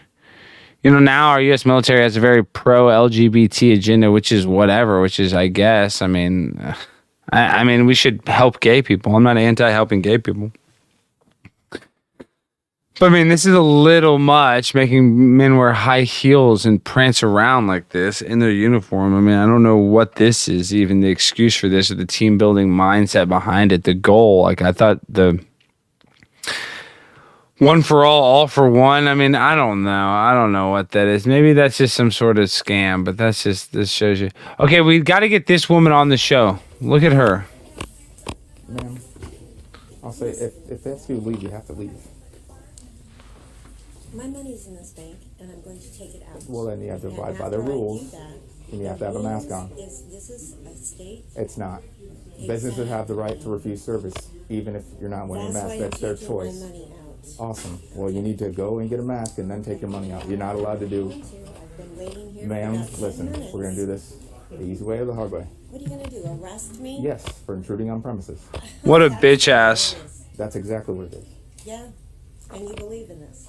I believe in it. Do you believe in it? The laws, yes. The law says that I do not have to wear a mask. You don't, not in public, My but you're not in rights. public. You're not in public. Yes. This I'm not is going a to argue with you public about place. this. This is not a public place. This is a private business. No, you're not. We're going to go outside. Are you serious? Do I look like I'm kidding? Well, I don't know because Let's go walk obviously outside. you've got some issues. I've got issues. That you're taking away Okay. people's human rights. Okay. Let's Oh, go now outside. is Let's he go going to outside. shoot me, people? Is No. he going to shoot me for trying not to breathe? Cool. Come Cool. on, dude. Don't do that. Oh no. Do not touch me. This is a 65-year-old woman. Back up. Some old lady is getting handcuffed here. There, people. Ow. Ma'am, Are put you? your hands behind your back. What a joke. You don't stop resisting. Stop. Arresting this woman for trespassing at a bank that she's has an account at. You can't trespass at a place you have an account at. You're a member of that bank. Smash right up the ground now. Now you're smashing my arm into my private area. Your private area? Yeah. Put your hands behind your back. My hand is behind my back, sir. This one. Turn over on your stomach. Put your hand behind your back. Relax. This is disgusting. This is pure Oh, you disrespect. are not relaxed. Who is this protecting and serving? Who is this helping?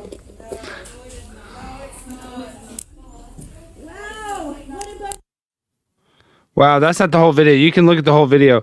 But basically, I mean, this is what's going on in society is they think this is okay. And the cops, the rule followers, I mean, dude, why is this cop even wasting his time doing this? He should be so much more chill. Okay, and this, you guys want to talk about cringe?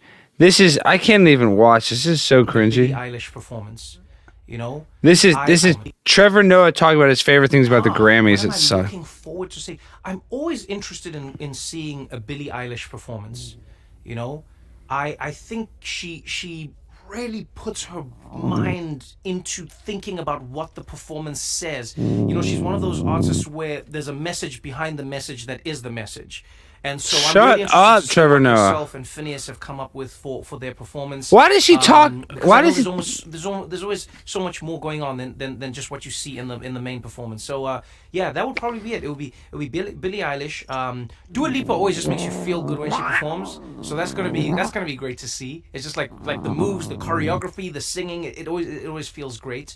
Who else? DaBaby. I mean, I don't think I've ever seen a generic DaBaby performance. So I can't wait to see what up! DaBaby's gonna be. What is he talking about? How many DaBaby performances has Trevor Noah seen? 0. Like, this is just all mockery. It's just bull crap. Give me a break.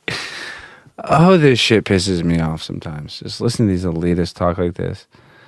You guys all need to download the Jeremy Renner app, please. I know we're just going through a Twitter, search tonight, but there's just a lot on the Twitterverse that we need to dissect. A lot of stuff we need to freaking see. You know what I mean? Come on, dude. But, it's not easy dissecting a lot of what's going on. But it's my job. It's my job to come on here and grind and shine and do to the best of my ability. Okay, guys. So if anyone wants to come on,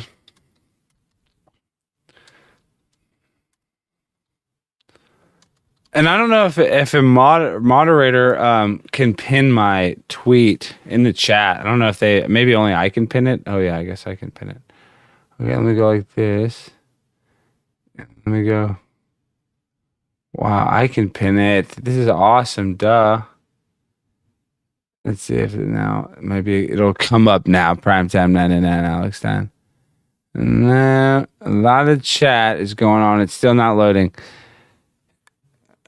Yeah, y'all can't pin comments. Okay, I didn't know that. I didn't know who could pin comments or not. It looks like I'm the only one that can pin comments. Now, if this will show back, if my YouTube will come back, then I could pin it. But I guess. Okay. Oh, it shows up like that. Okay, cool. It shows up like Chrome Conspiracy Castle. It doesn't say restream. Okay, that's badass that it does that. Well, ladies and gentlemen, here the Zoom link is pinned. If you guys want to join the show here at the Conspiracy Castle, we're not going to go too late, but you want to talk about fake Titanic. You want to come on the show. Also, Apple Podcasts. Let's get that. Let's get this going. Please, for the people with the iPhone, please click this link and go give this a vote. If you guys can do that, please give me a 5-star vote. I would really appreciate that. I'm sure some people that don't like me are going to give me some other sort of vote. I have no idea, but why is my...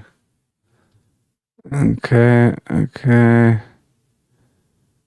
Let me see this. If you guys can give me a vote, please. Yeah, my real background I have is I'm in my freaking sunroom. The real background, some of my first episodes I had it. How far do you think we are from the sun? Now, personally, I believe the sun, moon, and stars rotate around us, and I believe the light that we see from the sun is really close. Now, how far the actual sun is, I don't know, like how far the light that's being projected, but like the thing we see in the sky is really close. Less than 100 miles. I know that sounds crazy, but just the way it moves, yeah, I don't believe it's very far. And I guess what is that, like the line of sight? Whatever about the literal line of sight is awesome. Jesse, thank you for joining the patron. Jesse, $1.50 is another one. Man, I'm really e-begging tonight. I'm asking you guys all to join this thing, and I'm asking you all to join my patron. Now I'm asking you all to go to Apple Podcasts and give me a 5-star. I'm sorry. Here, let's see Daryl. Let's see what Daryl's got going on.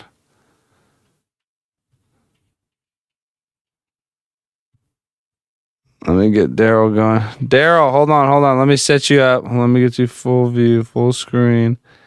Let me hide self view. Yo, you can hit it. Yo, what's up, Daryl? What's going on? What are we chiefing on? Indica, sativa? What do we got cooking tonight, my man? That OG, that Cali OG. Cali OG, that's what I'm talking about, dude. That's what I'm talking about. So we're getting twisted off. We're relaxing, listening to the castle. Did you know that Titanic was a bullshit deal? Oh, yeah, man. I knew it. Everything. They always get us. Everything. And then they make a movie about it.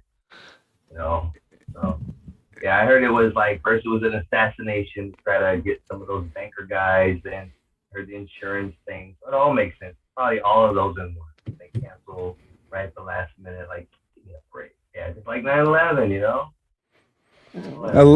It's just like 9/11 insurance fraud. Speaking of 9/11, are you going to watch? I'm debating. I'm trying to make him growl. I'm debating this Saturday, a modern day debate. Are you double chiefing? Are you smoking a cig and a bowl, or is that a joint and a bowl? What is that, a clove cig? What? I don't know even. Yeah. Wow, dude, you're trying to get faded and X-rated tonight. I can appreciate that. Where you at, Daryl? Is it cold where you're at? Oh, it's a little bit chilly. I'm by the beach, Oxnard, California, Ventura County. Kind of close to LA, about an hour away. And are you in the horse stables, dude? You got those badass hats? What the fuck are you doing, dude? Yeah, what's going on? Right here. Growing up, see them down there. Look at the baby chickadees. Saddle, got my hat, got my rodeo buckles. Yeah, this is my little man cave out here. I live at a dude, that's badass. You're in Oxnard at a horse ranch like that. People don't realize that weather's beautiful. You got some really good Cali bud. Life's pretty good. Well, how's the lockdown treating you? I bet like shit. But it's probably not that. You probably didn't change. But it probably didn't change your life that much because you're probably kind of a little isolated. Not that Oxnard is like in the boon at all. It's like 45 minutes from LA, but you know what I mean. It's still kind of a little out in the booties compared, I guess. Yeah, well, we out here with like all the fields and they grow strawberries, and the cities are like 20 minutes away from us. But I can ride my horse to the beach from here. I've done it a couple times. So, Hey, there's a sheriff during like one of the BLM rallies that rode a horse. I don't know if you saw that. Did you see where he rode a horse around on the concrete and they had to euthanize it? Why is that? Why do they have to euthanize a horse? I don't think he was a sheriff. Or whatever that guy, not a sheriff. Wasn't he some law enforcement, or was he just some random dude? He's just some random dude, and yeah, he probably ran that horse so hard with no shoes that the cement will scrape their feet away after a while, you know. So he was just an idiot and riding his horse like a jackass, and he probably fucked his feet up so bad that they had to put him down. Yeah, they can do that because their feet are like the tires on a car. Once they're gone, it's like you can't replace them. They're done. That is so fucked up. I mean, it's not fucked up that they can't replace him, but it's like, dude, he killed that horse for that one last ride, and then they gotta give me a break. That steed spent all those years riding. Somebody's underneath, is underneath somebody forever. Probably nobody got hurt on it. And then this one asshole kills it. It's just crazy. Well, how often do you see people at that horse ranch get fucked up by the horses? Oh, get a Christopher Reeve or whatever.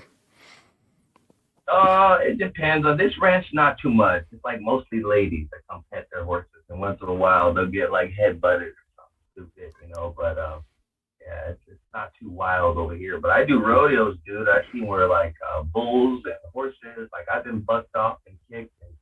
But this is my rodeo buckle. I won it back in 2000.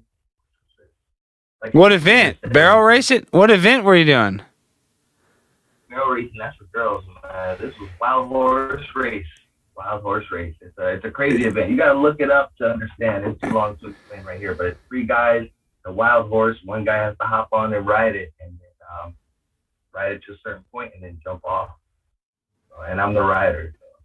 That's badass. So I dated this. No, let me tell you this. I want to hear you have to say I dated this barrel racer. She was the most sexually aggressive woman I ever dated. Have you ever dated a barrel racer? Oh, she almost went to she went to nationals and didn't win. She almost won. She went to nationals in Las Vegas in high school. She was the high school nationals rodeo star. And then she ended up she went to University of Texas, not riding rodeo, really smart. Dude, this girl was hardcore, and she was the toughest girl too that I knew. Really smart. And she ended up dumping me and getting married. She's a nice girl, no bad blood. But dude, I couldn't bang her enough, dude. I feel like all that banging on that horse, it desensitized her. Yeah, them horsewomen are crazy. First of all, they're aggressive. They're always smacking them big horses around, and then they get on the horse and they start feeling it between their legs, Oh yeah. Hey, everybody's saying rodeos are animal abuse, but it's I'm an animal lover, and I feel like zoos, you can say zoo isn't animal abuse. I get it. Listen. If you look at Shamu is very sad at SeaWorld, but some of these animals we're gonna have to sacrifice and we put in a tank so we can look at. I know that sounds terrible, and I'm an animal lover. I don't necessarily think we shouldn't have zoos. I think some animals have to sacrifice so people can see them and maybe learn about them and maybe actually fall in love with them to protect them. I don't know. What do you think about zoos and rodeos and animal abuse, that kind of deal? Well, the rodeos, I could get rid of those myths real quick. So at first, everyone thinks that they strap a thing to their balls, right? It's not true, because they do girl horses too. They use girl horses out there. So how can you do that to a girl horse's balls? They don't. It's just around their flank area, right behind the back of their legs. And it's a soft thing. It's like sheepskin, but it's just a little bit tight, and they don't like anything right there. So bulls and horses, they'll kick when that's on.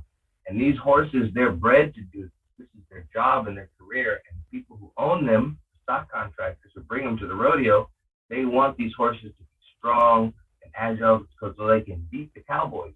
Some of these bulls in the PBR, their sperm is worth, hundreds and thousands. And the bulls are worth millions. Slow down. I've heard the horses, but it's not worth 100. Is it literally worth 100,000? I mean, I know a horse's semen, but a bull's semen can literally be worth $100,000. Not 10. You're talking about 6 figures for bull jizz. Yeah, and the bulls themselves, bulls are worth $1 million, the really good ones. And what? They have $1 million bulls? I believe you, but what, dude? I guess that. But you're not eating those bulls. Those are for breeding, obviously. I mean, you're not going to eat $1 million bull. No, there's all kind of rich people will they'll, instead of owning a racehorse, they'll own a bull, and they'll pay a trainer to train that bull and take him to the rodeos and compete against the cowboys. Because the way it works in the rodeo is the cowboy can get 50 points, up to 50 points, and the animal gets up to 50 points. So you want a good fucking bull or horse so that it can get a high score for you, you know? Because if you get, like, let's say you get a bad horse or a bad bull, they'll give you a re-ride because, like, that animal did perform. So, you know, we'll give you a chance to get on one that does for your score. Wow, so these people want to just make money with their, well, it's probably more of a passion sport, but they want to just get the most badass bull, the biggest, strongest, meanest fucking bull that's undefeated. So, like, do you think they feel bad, the guy that owns the bull, when it crushes a cowboy and he's paralyzed? Do you think they give two shits, or they're just like, fuck it? Like, do you think they get any pleasure out of that? They feel bad. Everyone feels bad when that happens, you know, but they want their bull to win because they make money. Yeah, no shit, they want their bull to win. And Sarah, who's one of my good friends, she's just saying how, you know, it does, you know, with every event, though, there's, like, she's talking about the gambling and all this, you know, aspect. Of course, there's going to be seedy stuff. It's like, I remember one of the biggest fights I got in as a kid is my dad's in the bail bond business, and I was a young kid, and how it works is my dad has, like, agents in these small towns, and these agents that live in these small towns, like Centerville, Texas, they go back and forth to the jail. And he had this guy that worked for him, his name was Skinny, he was, like, really fat, and he said that he was into cockfighting. And I said to him, I was like, what does that mean? He's like, oh, we put razor blades and these chickens fight. And I said in front of my dad, I was like, oh, that's really white trash. And I got so grounded for saying that. You know, I remember as a little kid, that was like one of the biggest, my dad's heart sunk. He's like, you can't call somebody's thing like that. I was like 10 or 11 or 12, you know, I was a kid, but not a little kid. And I remember the guy's eyes, he felt really offended, you know, because he technically worked for my dad, even though it's kind of a more of a mutual thing. It wasn't like my dad was his boss. My dad just kind of showed him. It's hard to explain. It's kind of a weird dichotomy. I should have been respectful to the guy, but it just learns different strokes for different folks. So that's part of their culture. Like, I hate it. I want to save those chickens, but people are cockfighting. I'm not gonna lose sleep over it. What can I do? The Mexicans like to do that too, but yeah, it's a cruel world. We got a lot of chickens and roosters here, probably about 50. You know, I have mine, but then the lady who owns the ranch has like a bunch, and we get fresh eggs every day. But the roosters, they'll fight on their own, and you know, they'll fight like Rocky and and Mr. T. But they put the razors on, and that just takes it to the next level. Yeah, but they're just stupid chickens. There's a million of them. There's a million of them. And you don't want too many roosters, you know, like people like ranches, like when we have our eggs hatch. These two little babies right here, I don't know what they're gonna be. I'm hoping they're chickens, but if they're roosters, they're kind of like no good, really. You know, you gotta. Why are the roosters no good? Offended, you know, because he technically works my dad. Hold on, Busco. Turn off your audio, Busco. Welcome to the show, Busco. You're live at the Conspiracy Castle. I'm bringing you on with Daryl, my rodeo king. Daryl, I don't know if you know Busco, but he's a longtime listener, friend of mine. What up, Daryl? Yeah, that was very interesting. All the bull talk. That was, $1 million bulls, whatever. What? Did you know that they had $1 million bulls? Did you know that?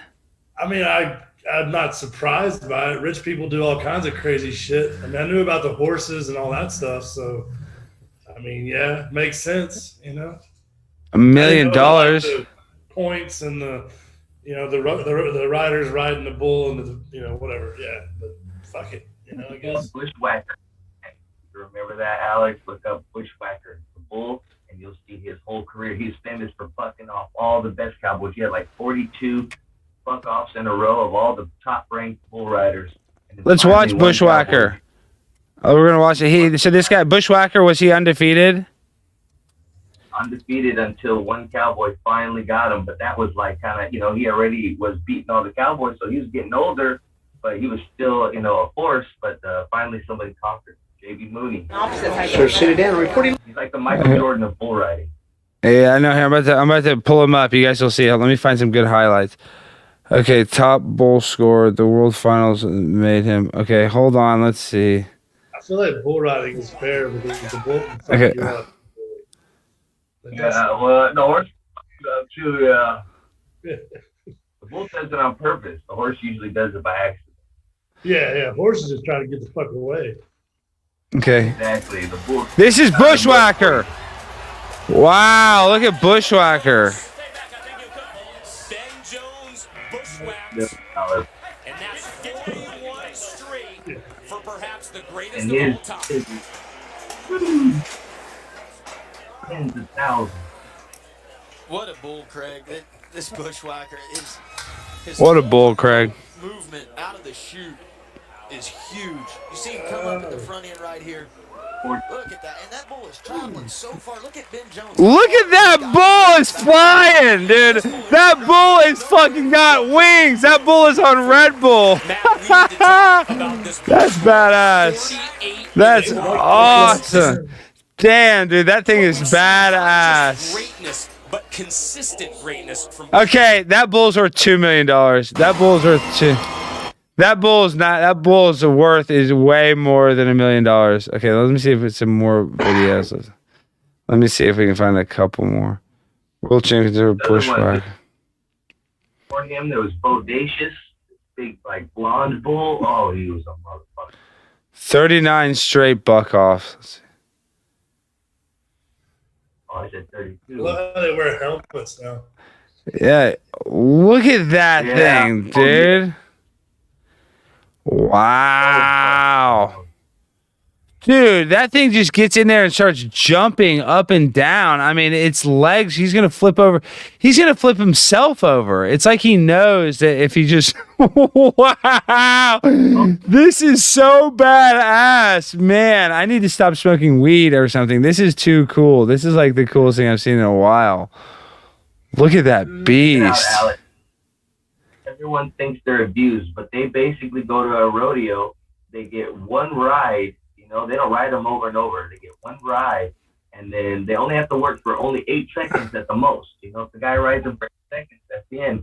But usually they're supposed to fall off in like 2 seconds, 5 seconds, and that's all that animal does. And they go back and feed them, and you know, that's a life right there. You know? Yeah, I know. I guess I need to freaking start getting into bull riding, right? Do I need to jump on a bull? Is that what we're saying? Except they bind your nuts up whenever you go out to perform. I don't care. I have a cat. I'm going to do cat riding. How can I incorporate it? I'm going to create a cat rodeo, Daryl. How can I do that? Or we race cats? You know what? I'm not sure, but I have 5 kittens in the room right behind me from the mother cat. So I can do a cat rodeo right now. You're my hero. So you have 5 kittens? I'm so jealous. I have 1 baby kitten. I mean, and he's now almost a year. I love cats. Cats are so fucking badass, dude. We have the 5 kittens, my cat, then the lady who owns the ranch in the big house has 2 cats, and then the other Mexican guy who works here too has another cat. So we got a bunch of cats.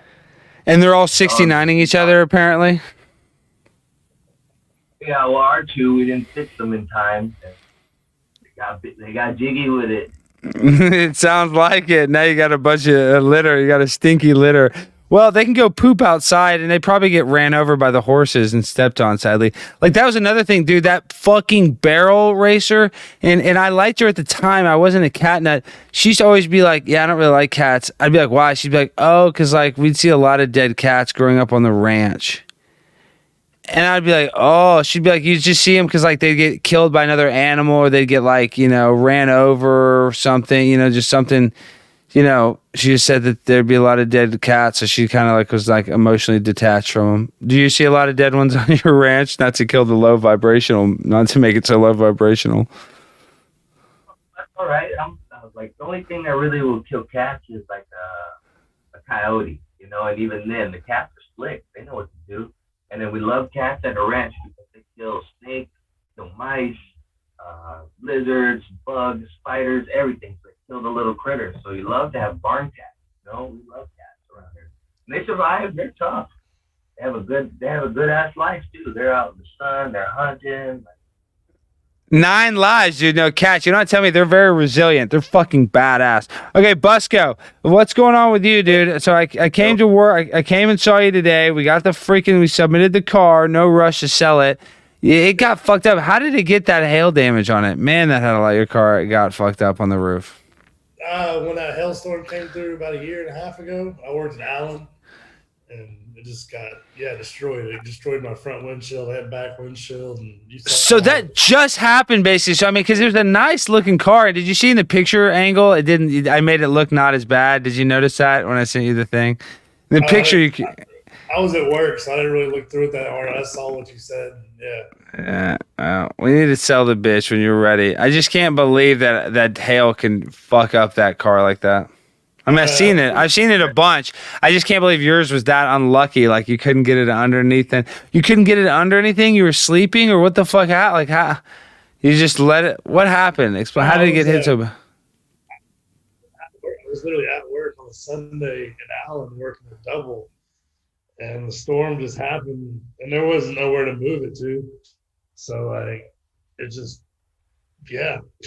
But you got it. You must have got a check. You got it totaled out, so you're good. So you've been driving a free car. Yeah, 100%. Which I was all for it. I didn't. Yeah, it was no problem. Yeah, so you got lucky. You got lucky that it totaled out. Okay, tell me this. So Shells, you're at Shells today. I haven't eaten there in a while. You know, I don't. But dude, what is the vibe in Shells like with Corona? Are there a lot of call-in to-go orders? You know, like what's the deal with Shells? Has you guys been busy? I'm just wondering how the restaurant business is doing in general. Just trying to get like, maybe not just Shells, but I wonder, are people going out to eat as much? Have you seen an uptick? Yeah, there's been an uptick. I mean, 2 weeks prior to the whatever ending of the mandate last week, it was slowly getting busier. It had been pretty steady the whole time because we're kind of in an area where everybody, eats out a little more often. And last week, it was busy last week. It was the first week open, yeah. Okay, good. Well, I know you're at Snyder Plaza. People are always going to go to a place in Snyder Plaza, but I just kind of try. I'm saying I don't ever eat at restaurants anymore. Daryl, do you ever eat at restaurants, dude? I don't hardly ever go. I can't tell you the last time I sat down at a restaurant and had a waiter. Literally, that's how fucking pathetic my life has become. I either get takeout or I cook food. Daryl, have you been eating at restaurants very much during this deal? Well, you know what? Out here, it's like they locked us down, and you're not allowed to eat anywhere, and then you're allowed to eat outside, then inside, then outside. And I'm like, this is ridiculous, and I hate eating outside. That's the reason I go to a restaurant, so I don't have to eat outside with the flies and the cold wind or the hot sun. But over here, everything's masked. You can eat outside and you can't. It's ridiculous over here, And in the beginning, I used to fight all the time with people and argue and make a scene with the masks. But now I'm kind of just like, oh, whatever. I'm not going to get through to these people. It's just an uphill battle. Let me just get my fucking Modelos and get out of here, And then, it's like that. It's kind of like they've broken my spirit in that way. But it's kind of like I just realized all these people are sheep. Never going to get through them. I was raised in a cult, like a Jehovah's Witness. And I got out of that as soon as I could. You were raised Jehovah's Witness? You were raised Jehovah's Witness, so you never got a Christmas or anything, Daryl? So you didn't get shit growing up, did you? But you know what the good thing about that is? You don't have to get nobody nothing when you get older. So I was getting a birthday present. That's how I grew up with a single dad, so he never really got me like a bunch of presents, and now we still do something little, but not. I'm saying presents aren't a big thing. But dude, you really struggling. So Jehovah's Witness, explain the weird dichotomy of Jehovah's Witness and what separates it. Like, what makes it so kind of culty, where they're going around. Like, what's the worst aspects of Jehovah's Witness? Okay, well they'll shun you. Once you get baptized, they consider you like a full member. So you're in all the rules. So they love bomb you when you do good things, the things that you want, and then when you do things that are against their religion, they shun you. So they believe, they're Christians, but they believe that God's going to come down any day now, destroy all the wicked people who are, wicked at heart, not Jehovah's Witnesses. And then they're going to get to live on earth forever, perfect in health, and in a paradise. The dead people are going to come back. There'll be no sickness. Animals aren't going to eat each other. Animals aren't going to eat each other. What are they going to eat? I mean, we don't need food, I guess. Yeah, it's like you don't know what it is you're in there. When they go door to door, they're not telling you like what they really believe. It's like Scientology, So it's a cult, and when they kick you out of religion or you leave, like your parents aren't supposed to talk to you, none of your family. Like they have propaganda 24/7. They go to church like 4 days a week, and then when they're not in church, they're preparing for church, and it's just they're a cult. You're not allowed to date anyone outside of religion. You're not allowed to have sex before marriage. You're not allowed to smoke cigarettes. You're not allowed to smoke weed. You're not allowed to do this or that or that. And they just kick you out. Basically, like I don't see my family. They're all in that cult.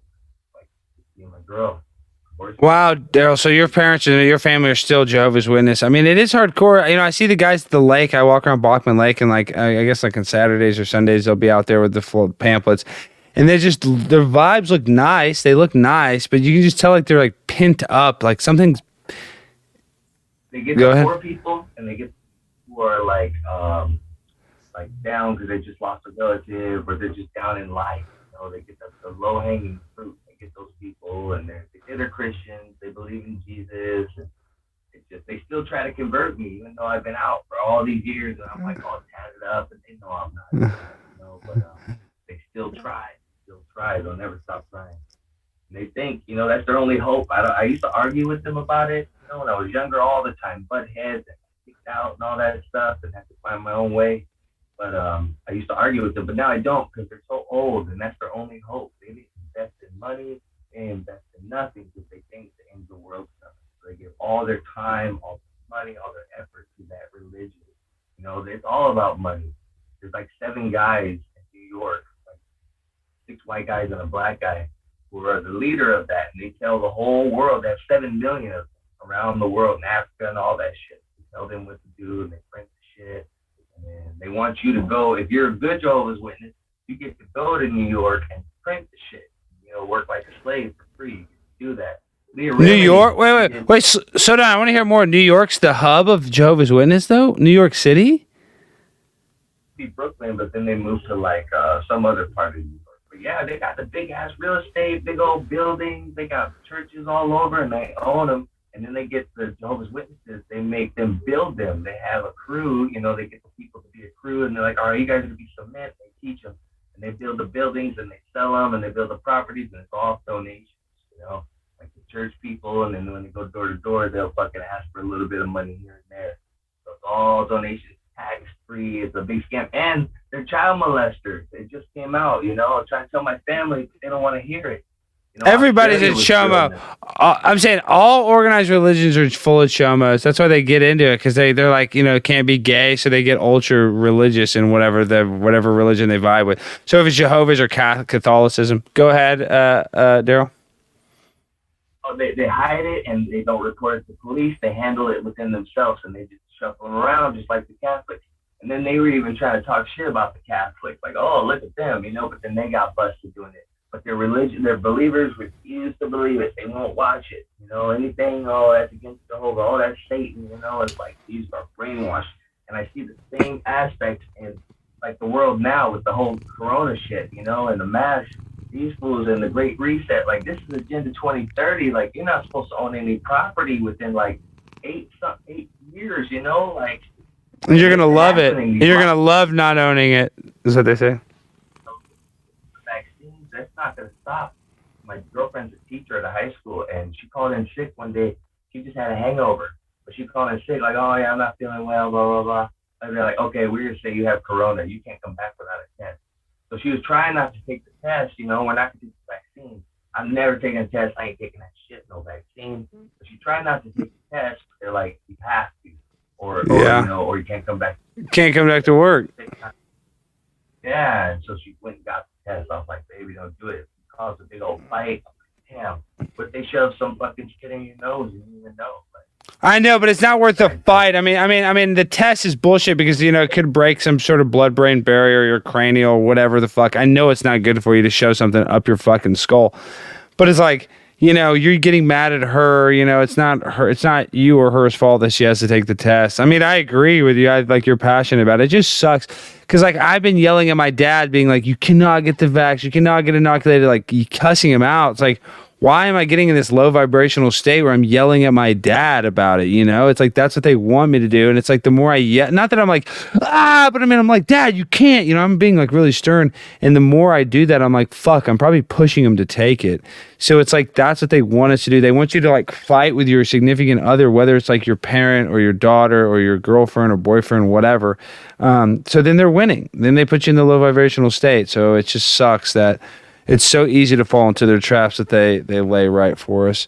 Hey, Busco, real quick, I want to ask you, so what's the deal? You're in a comedy contest this week. Is that what's going on? What's the deal with that? Jamie Gravy's hosting. Tell me the deets on that comedy deal. It's actually next Tuesday. I was checking in. I was going to see tomorrow night. If you're not busy, we're doing an open mic at Turkey Leg Paradise over by South Side. I'm gonna be there tomorrow night. I'll be there because I do a show in the afternoon. I will be there 100% tomorrow night. Well, where is it though? Well, I'll figure it out. It's about where like Zalat Pizza is over. You know where Southside Ballroom is, and Yeah, I know exactly. I know exactly where that is. It's right there.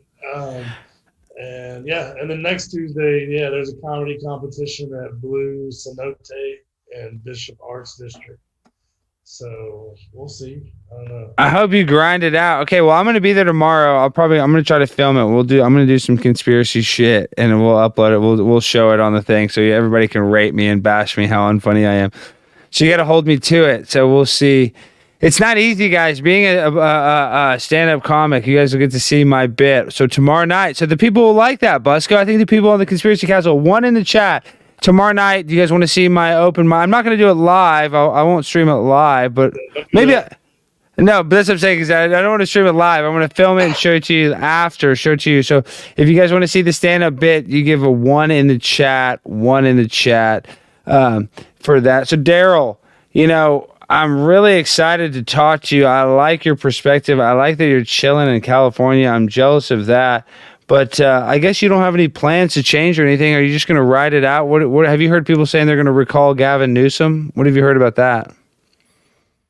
Yeah, I hear that, man. But I really think that like politics is just all of it. It's just a big distraction. And they already got all their people in, and we can vote. Our vote don't count. Like, of course, the election was stolen, but they've all been stolen. They're elected, not elected. Yeah. I always tell people, if you were in charge of it and you were like at the top, and you can control it, would you let people vote? Would you let them get power back, or would you just fix it and let them think they got some power? And you'd be like, oh well, our guy didn't win. What can you do? Like democracy is 2 wolves and a sheep deciding what's for dinner. I love that. It's just a big joke. All of our system's really messed up. Like, man, I don't know what to do. It's messed up. We know it, but they got the power. And they always talk about nonviolence and this and this and that, but that's all the governments all around the world uses violence. You can march all you want. Like, what has that ever gotten anybody? They've been marching since Martin Luther King, and they just come with a tank and run you over. You're marching. So it's like, they say by nonviolence, but that's why we got the Second Amendment. They're making it hard, so they can't find no bullets nowhere. Yeah. Well, civil disobedience is our only way, but the problem is the media controls the narrative. So, like, even if we went out on the street, they would say everybody on the streets are racist. It's like everybody that went to the Capitol is a domestic terrorist, dude. And, like, you'd argue that those people that are up there want the best for America, So it's just, it sucks. We can never defeat the methods of communication that they have against the common person. Because even if we try to talk on platforms like YouTube or Instagram or whatever, and we're talking about anything anti-CDC or anti-WHO, you're subject and liable to getting your account terminated. So we live in a current 1984 reality. Yeah, YouTube deleted my first account. I didn't have no videos either. I had like 1 or 2 rodeo videos maybe, but I would just comment a lot. I would talk a lot of shit on there. But one day I was trying to go to just look for my subscriptions, and it was like, cannot be found. And I looked at my email. It's like, hello, sir, we deleted your account. Blah, blah, blah. I was like, motherfuckers. Like, another one. So you must have been talking real shit in the chat. Wait, Daryl, they cut you out for talking shit. That's what they do that for. But that's normal. A lot of people get that. That's not that unusual. Yeah, but that's how I found you, man. Like, I had to re-find all my channels, my truth channels, and things like that. And that's how I found you. And then, the conspiracy channel. So it's probably been a good thing. And I love David White. You can tell him that, man, I love you. Like, I always listen to your shit. You always roast these fools. I'm a flat earther. I try to tell people, but it's just like the Jehovah's Witness thing. I see it in them. You try to tell them, but they're just so indoctrinated in this shit that they just ain't trying to hear it. They're with their regular life. They try to watch Kobe Bryant and basketball and all this. Give them a bread and circus it. They'll never revolt, and that's what we got right now. That's why they're letting these sports go. LeBron James. Like, who cares about LeBron James? Like, how many millions does he make? And You know, like it's just crazy. It's upside down world. You know. Dude, you got all the good talking points. Daryl, I want you to keep going. You need your own channel. Keep going. You're really nailing it though. But the Kobe Bryant, so you're telling me you bring it up to Jehovah's Witness and they don't even want to hear about it, but don't they do they not, are they not into Genesis? What's that? Are they not into Genesis and it describes the earth as immovable? Do they not vibe with that at Jehovah's Witness? Oh, you know what? They're like, they don't even, I try to tell them that, but that's not even part of their religion. I can tell they're so, I think they're like another big control method, you know, like Scientology. It's just another goofy religion. So they don't even, I know it's a goofy religion, so they don't even vibe with the Bible, like the Bible's not like that big a deal? The Bible, first, when I was young, they used to use the King James Version, and then they came out with theirs, the New World Translation. And then years later, I already got out of the religion, but I was kind of halfway around. They came up with a new one. So it's like they rewrite it, and it's the little words that they place that make their Bible look right. It's just some dumb stuff. And I always tell my parents, what about the bad stuff in the Bible? What about when the bears were eating the children because they called the guy a bald head? Like, that's like terrible, you know? And then they used to stone like people who would like steal or like be a virgin for just some little stuff. Like, you just stone your children. There's so much bad stuff in the Bible, you know, and people never talk about it. And there's contradictions too. You know, I went deep with this shit when I was leaving the religion. You know, I was by myself, but my whole family was in it. Everyone I knew, like I was surrounded by it. But I just had questions that they couldn't answer. And they didn't like you to question it, just like the COVID shit. You know, they don't like, oh, we don't have no questions. Oh, just listen to it. Oh, faith. You know, like, what? No, I got some questions. And I don't got no answers. Don't make sense, you know. Yeah, it was a whole deal. I used to fight my dad all the time, and my mom's in it still, and like my whole family's in it. My little nieces are being born into it, indoctrinated. And I'm like, oh man, what do I do? You know, it's a cycle. No relief from the religion. You did get born into it. Harmon, what do you think about my comedy bit tomorrow? I don't even have a routine. I'll write it before I get up there, but are you excited to see it? Well, I like you when you ad lib anyway. When you get on a roll. Right now, you're a little low energy. You must have been up a long. I know I am low energy tonight. You know, and I was low energy yesterday. It's funny you say that. It's just I've been kind of low energy the last couple of days. I don't know why. It's like I don't know why. Try eating a steak. You'll be better. I know you hate it. No, I love when you make fun of me because you're so right. Somebody said the drinking game is if you want to get really shit faced, every time Alex mentions not eating meat, you'll get shit faced. But you're right, you know. But it made me think of a good point. It causes involuntary virtue signaling because I think that I'm better than you because I don't eat meat, and I don't really think that I'm better than you, Harmon. Like I know I'm a piece of trash, right? And Daryl, I know I'm not better than you. I'm not saying that, but it's like when you're like, well, I don't eat meat, and everybody's like, oh, I ate a juicy steak. In my mind, subconsciously, I'm like, well, at least I'm not killing that cow. You know, it's funny. What I'm saying is it comes out. I try not to even act like that, but I call it involuntary virtue signaling where I'm like bragging. And this is the point too. Because he's like a barbecuer, the guy that I kept saying to, I felt extra insignificant or extra, what is it when you lack something from the other guy? Insufficient compared to him because I didn't eat meat. So I felt extra self-conscious about it. So yes, I make fun of it. I always talk about it, Harmon. I love when you guys tease me. Oh, and thank you for joining the Patreon, Harmon. You're a $10 patron, so you're a deluxe. You're a deluxe patron, so I just want to recognize you. Busco's a patron as well. Thank you, Busco. $1 patron, I might add. Joe Witness is the first time in like a couple of years, and I've been on missions and everything like this.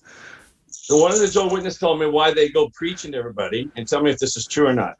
That they say they do that so that they won't feel bad because they give a person a chance to sit there and follow the religion. But when the rapture comes, because they really preach that rapture a lot, like you said, that they're going to take over the earth and everybody else is going to be burning and stuff. So they won't feel guilty because they've already told people. That's why they do the missionary work. Is that what you've heard? Knocking door to door? Well, it's similar to that. They're going door to door to try to find like-minded ones. The truth is they're trying to find more suckers to recruit into their religion to get more money and to recruit more. It's like a pyramid scheme. But what they say is in the Bible that the good news has spread to every inhabitant of the earth. So they think in order for the end to come, they have to preach it around the whole earth. My parents have been telling me that's happened ever since I was little. It's done. But and I tell them, never do that because kids are always, people are always dying and people are always getting older. There's no way your little group will reach everybody, So, but they try to do it because they think that there's that in the Bible and that they just have to spread the good news and, they say they're the only So religion it doesn't have nothing with them feeling guilty that if they didn't do it, if they didn't try and do that, they wouldn't feel guilty. Is that not part of it? There's a scripture in the Bible that says if they didn't preach, if nobody preached, that the rocks themselves would cry out. And I always used to tell my dad, like, are you kidding me? Like, if the rocks were crying out, I think people would, I think you guys should let the rocks talk, like that's ridiculous. But that must have been metaphorical or something. But yeah, that's where they get their reasoning from. They get all their reasoning from the Bible. Choose, twist it, what So they I didn't want, get to see it at the beginning. Come on, you have horses at the place you're at? Oh, we got about 30-something horses right now. About 30-some horses? What a life! But what a good life that is out there. Oh, yeah, love it. That is awesome. Go ahead, Alex. Trying to get out of camp. I had some nachos. I ate at that restaurant. I ate at Buster's restaurant. I'm just. Oh, it's that delicious vegan food you ate. I ate it. Busco gave me some takeout for free, and now I'm just shitting my pants. Busco, I got you at first. This is a fake fart machine, and I'm not very good at it. Busco, did you think I was actually farting at first when you heard those noises? No, I knew something was. I figured it was that. Yeah. You knew. You thought I was shitting my pants, dude. You thought I was shitting my pants. You fell weren't for it. smiling good enough. I know. I gotta be like, that one's gonna get. It wasn't a real sense of relief on your face or strain. Okay, this is terrible. This is an adult show. This is entertainment purposes only. Okay, so Harmon, what's going on with you this evening? It's always a pleasure to hear from you. I haven't heard from you in a couple days. I feel, in a while. You're playing poker online, trying to win some money. Okay, Harmon, I want to put you in one of these debates. I want to set up a debate for you in Modern Day Debate because you need to debate the T-Jump guy. He debates. Have you ever watched Modern Day Debate? Yeah, I've watched it a few times. I'm saying I want to. Flat Earth on there. Well, I want you to do you want to debate Flat Earth? I'll set it up because I want you to debate T-Jump because he has the same chair. He lays in his chair just like you and will debate you. The guy will love it. I'm telling you, I'll tell the guy. I'm telling you, James is friends of mine. I'll tell you, James, I got this guy. The only thing is you'll probably need to put your phone. If you could put your phone, you could hold it the whole time. James doesn't care. But if you could put your phone on some books or something so it just stands still, that would be even funnier. But dude, I'll set it up. I'll be like, James, it'll be the lazy boy versus lazy boy, and he will love it, dude. I guarantee you, James will get a crack out of it. So if you want, I'll try to set it up. I don't have to have a channel like yours, right? Or what, no, anybody can debate. Okay, I didn't know.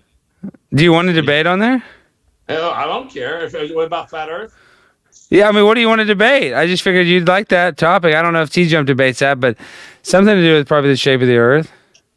Or which chair is the best? Well, you guys, that'll be up. You should do Flat Earth. I don't think he knows anything about flat. I'll send James an email because you got to debate T-Jump. That's why it'll be funny. The lazy boy versus the lazy boy. Okay, and then let's talk back to me. It's my show. I'm the narcissist. Okay, so the comedy tomorrow. That's gonna be some sort of weird bit. Harmon, and I'm doing the bit in mind. I'm doing that for you. You're my motivation. I'm going to do my Harmon impression. 5 o'clock, you said? Yeah, Busco, what time is it tomorrow night? It starts at 7.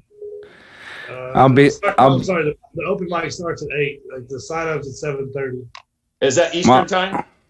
Well, it's not live. You're not going to see it. I'm not going to play it till the next day. Oh, okay. Shit, should I need to do a comedy show. That's what I'm saying. I want to try to get a bit going. And then Busco, we need to do a show where I don't know how many fans I have in the DFW area, but maybe somebody in the North Texas area. We need to do a Conspiracy Castle live stream in person, live somewhere. I really want to do that really, really bad. I don't know how many fans we get there, but doing it, like a lot of people do public podcasts, I just think that would be fun because then I can interact with people. We can get really freaky deaky on the microphone. So, Busco, is there any place that you can go and you can go to a club? I mean, are you allowed to do that? Yeah, there's a lot of. Yeah, we could have it. I mean, we could easily do a small crowd with your live stream crowd I mean, relatively easy. We can make that happen and have good comedians and yourself and whatever. That's what I'm saying. We got to do a show. We'll live stream it all with the comedy and everything. And we only need 2 cameras. We'll have like 2 cameras, one on the comics and one like on a side thing. We'll just go A to B or whatever, or 3 you can cameras. Tell he's come a long way since that little show he did when he was 24, 23 years old. You talking about me? Primetime 99. No, that show is funny. I was 24. That show is funny. I mean, how smart you thought you were. And I was a fucking dumbass, and I still am, Harmon. But God damn, not even close.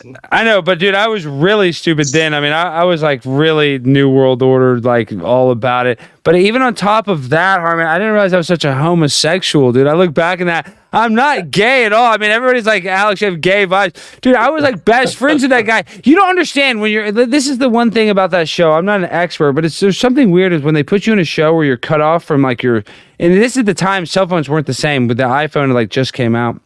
But so I wasn't as addicted to my phone. Not having it wasn't the big deal, but it was like not being able to communicate with your friends and family, and you're only talking to like these TV producers. So it was like a really toxic environment. You have nobody to trust, like all these people in the game with you, and then it's like casting people and like TV people. So when you're on that show and somebody's like, dude, I'm your bro, I'm your friend, you're kind of like, well, fuck, dude, I'm your friend. Because like throughout this whole process, they have a thing called quarantine. And that's what they call it on the show. Before you go on the show, you quarantine for a week. So like you don't know what's going on in like pop culture. They do it for Big Brother. They do it for all the shows where you go live in a house. You usually stay in like a hotel for a week or 5 days with no cell phone, with no internet, just to like get ready for the show. I don't know why the fuck they do it. So I'm going to give you props on one thing. You showed more leadership than anyone else on that show. A lot of people would be dead, and you just took charge. That was good. Yeah, I mean, dude, you know it's Primetime 99, full speed, Harmon. You know, if you were on the thing, you'd be doing the same thing because we're annoying flat earthers. We'd be like, the Earth's not curved at 8 inches per mile squared. You know, we're annoying. I think that's why when you get into truth, you kind of become annoying. What about you, Daryl? How were you kicked off? What was the deal when you get kicked off? How's that work? Okay, well, we got to play the second episode. I'll have Eric on in like a week or 2 just to finish the second episode because she really enjoyed the show. But how it worked was, so now him and that Jacob guy that was my friend, we were supposed to go into what is called limbo, and then America votes who gets to come back on. But basically, you know, the producers pick. And after all that, Jacob quit the game, and instead of letting me back on, they decided to kick me off, and they regretted it. And like in the 5th week or something, they brought me back on for a bit. But it was just like too late, and just the show was dead on arrival. So that was the biggest mistake, they said after the fact, all the TV critics and stuff. They should have never got rid of Primetime 99 Alex Stein. It was their undoing. Right. But who knows what would have happened then? Who knows where you would have gone? You never know. Never known. But hey, I'm honestly so happy that it happened that way because that was a huge learning experience. Not that it was like that. It was kind of, I'm on TV in women's underwear, you know, cross-dressing. That was not, you know, my dad's proudest moment of me, but I don't give 2 fucks. My dad didn't give 2 fucks. But what I'm saying is what I learned from that is the manipulation of these Hollywood people. It's like they treat you like you're this hot shit 1 minute, and then the next minute you are just ice fucking cold trash shit, garbage. They couldn't even stand you. You disgust them being in their presence. So it's just kind of sad, like that quick dichotomy. It seems like you're at this age now. You look back at it and you really learn and take it to heart now, and you really improve your life from what you learned. Well, yeah, I mean, I feel guilty. You know, a lot of that, though, too, Harmon, is the best thing that kind of woke me up, and this isn't for everybody, is I'm telling you, I kind of had constant, like, anxiety and depression. Not that my life was ruined from it, just like the normal, I think, depression you have. When I stopped drinking alcohol 2 years ago, now it's a little over 2 years, I'm telling you, Harmon, that's when I really matured. I know that sounds weird, but, like, it's like my brain was, this is what they say why smoking marijuana is bad when at a young age. It stunts your maturity. And I feel like I almost had that. Like, I feel like I matured almost more in 2 years of my life of, like, not drinking, being focused on my life and taking care of myself than I did in the 28 years before. And it's not just alcohol, it's a lot of contributing factors, but I guess that was maybe the domino that started the chain reaction. Are you saying this on your own, or you learned that from somewhere? I learned that myself. The only reason I quit drinking, I've never been AA or into rehab or anything. My buddy, I talk about all the maturity stuff. Where did I learn that? Yeah, because that's an actual study. We used to have to be taught that in the prison for the inmates and stuff. Because if you, whatever age you start doing drugs and hard alcohol, your maturity level stops. Let's say at 15, and you keep going to your 24, 25, you're stuck at that maturity level. Your body might mature and everything else, but emotionally you stay at that age. That's exactly right. Well, they teach you that in the DARE program. They teach you that to young kids. Whatever age you start doing drugs, and people just don't listen. It goes one ear and out the other. But that's basically what you become. You become emotionally stunted at that age. And it's different drugs emotionally stunt you differently. Like alcohol has a different effect on your memory than marijuana, and vice versa. One has a different effect on your central nervous system than the other. Like when it comes to your maturation, I guess they say. So for me, I'm telling you, and it's not like I didn't mature I was a lot different, and you're a lot different from 21 to 25, 25 to 30. So there was some natural progression, but just the biggest jump of my maturity level is when I was like, fuck, I don't need alcohol. And then, it's funny, another thing when I stopped drinking, money became less stressful. And I'm not rich at all, but I stopped stressing about money as much too. So a lot of things changed in my life when I quit drinking. But that doesn't mean everybody needs to quit drinking. That just for me is what worked. Would you consider yourself a heavy drinker, or when you? Oh yeah, I was just drunk. I was an alcoholic. I mean, I wasn't drinking every night, but I was anybody that drinks, pounds, 8 drinks in one night, you're kind of considered an alcoholic. But I'm saying I've dated girls. I wasn't like drinking, pints of vodka by myself in the morning. I'm just saying, dude, yeah, I was drinking like everybody, a weekend warrior, Monday nights, drinking wine. I mean, just it was just a medication to get me through my day. And that's how a lot of people are. They're drinking the fluoridated beer. They're drinking wine. And guys, like I said, this isn't an anti-drinking show. Go fucking have a cocktail. Look, you're drinking right fucking now, Daryl. I'm just saying for me, dude, that helped me. It's different strokes for different folks. I mean, some people like to have their freaking balls in a vice grip and get spanked. I mean, different people like different shit, and I'm not going to judge you. You were saying you couldn't moderate yours, so you can't. If you know your limitations, just don't do it. For me, you're right. Yeah, I had allergic. I'm saying you're right. I don't even think I'm an alcoholic. I was allergic to alcohol. It turned me into a bad person, and I learned that. Not that it ruined my life. I didn't have a bunch of consequences, but maybe personal consequences, like not taking self-control in my life, or like, just kind of like every time always kicking things down the can, always kicking the can down the road because like I'm always numbing myself with alcohol to like not make me worried about the current shit that's going on. So for me, you're right. I couldn't handle it, but other people can handle other shit. You nailed it. I really like what you said right there, Harmon. Did you see what Kurt wrote in the thing about when the guy showed the 2 chickens, 2 little baby chicks? What did he say? He says, he has the chicks and you got the pussies. Wow! Look I got a pussy right here. Can you believe that? I love it. It was so funny when Kurt wrote that in the chat. He goes, yeah, he's got the 2 chicks, but you got the pussies. I love that. The chat, Harmon, people like the chat. I didn't realize that was like going to be a big part of a channel, is the community of the chat. Like when you look at the room raid from Monograph and like Spiro comes in, people like seeing the same people in the chat. It's funny. I didn't realize that was going to be a thing. Not to critique you any, but like when Jerry and them do, like when you have your interviews and like the other day and you just say goodbye and you turn off. But when Jaron gives at least 10 minutes, goes to the chat and just says hi to everybody, it makes people feel so much more special. Yeah, I know. I need to do that. Fuck. And hey, you're not making me feel bad, Harmon. I know you're a true fan. So anything you're saying is a constructive criticism. Not okay. Well, I will start doing that. I'll start going through the chat. I do need to go through the chat. Everybody does that. It's funny you say that because this is why, as a YouTuber, and like my mom watches my channel and she never comments. I'm not like I never comment. I mean, sometimes you'll see me chat occasionally. I've just never been a big chatter like that. And so that's why I don't respect the chat as much, I guess, because I'm not, I'm never like chatting in my everyday life, but now I need to show a little more respect because, dude, I love when there's comments. It's my favorite thing, seeing it goes up and down. Like it's awesome. So I need to be more appreciative. Like when Darren did it. All of a sudden, when he started doing that, he'd go over to D Live and he'd sit there and talk to the people for about 10, 15 minutes. And then all of a sudden, it just goes with it. It's not like you're asking for it, but your Patreon goes up at the same time. Yes, exactly. Well, I am asking for my Patreon. I'm almost to 100, and I'm only doing, and I have a $1 level, so I feel like I'm not begging too much. But you're right. No, I definitely got to interact with the chat more. But speaking, it's funny I say that, Harmon, and I'm about to tell your ass we're about to wrap this thing up because we're almost at 2.5 hours. So that just shows you how much I'm interacting with the fucking chat. But so what a hypocrite am I? But let's go around. We got to talk. We're not just gonna end it. Good night right now. Oh, you're saying good night, Harmon? Good night, you guys. Real quick, before you go, are you excited for the comedy bit? I'm going to try to mention your name. I'm going to try to drop your name, Harmon. I don't know how to joke, but I'll try to drop a Harmon reference, all right? A big old ugly prison guard. Now, I'm going to talk about Manson. I'll talk about you. I'm going to say, I know Charlie Manson's personal prison guard. And then RV doesn't believe you, so maybe I'll talk about RV. That was funny on RV. Yeah. One fart for you, if I can get it going. All right, good night, guys. All right. See ya. Busco, you believe that was a real fart, dude. You know I could tell your facial expression. You thought I was shitting my pantalones. No, I knew you were up to something, but I could see you shit yourself on air, man. I just don't think I can see you doing that. Well, Spiro's back. Okay. Spiro. Oh, I'm having really bad gas, Spiro. Oh, I had this.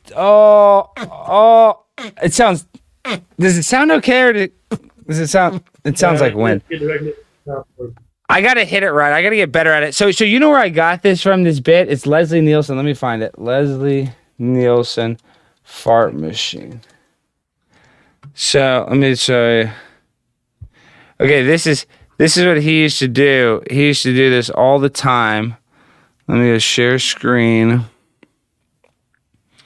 So he used to always do this fart machine. Oh, interviews? Oh, you're Yeah. great. That's wonderful. Yes, them, yes. You're great, too. Thank you. Oh, absolutely. Well, thank you very much for coming on the show. I'm My pleasure. actually a fan of the Naked Gun pictures. Thank you. Renewing old acquaintances. Remember back on Saturday Night Oh, that's Live? right. I was working there when you were there. Yeah. That's right. Yeah. I got you coffee. And you chewed me out. I did not. No, you did not. I'm low maintenance. No, I got you tea and you chewed me out. I'm a... Did he chew you out? Sometimes. Oh, okay. I'm a very angry guy. No, actually, I am a big fan of those pictures because I love the way you play it so straight. I love the way. I guess the director told you it's not a comedy. Act as though this is deadly serious. The director. The thing is that we know that we're being funny, but you can't let the audience know for 1 second that you're trying to be funny. Not for 1 second. Although I will do almost anything I can for a laugh.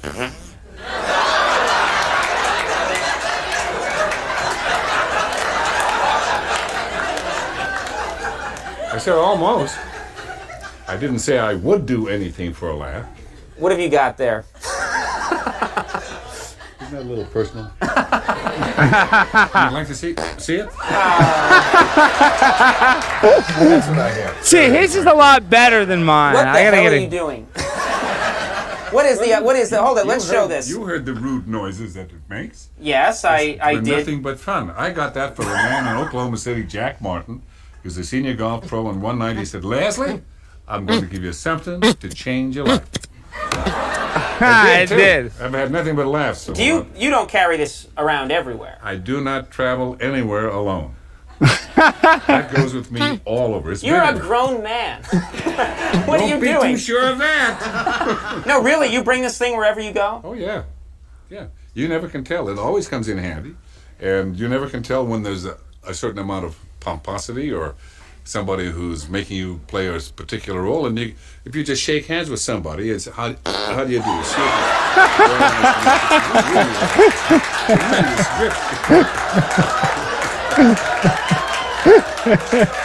It's a defense. I'm working so hard to establish my credibility. And in 3 seconds. This establishes credibility. Now, you say you take this everywhere, and I've actually heard that you do. I didn't really think you'd take it out here tonight.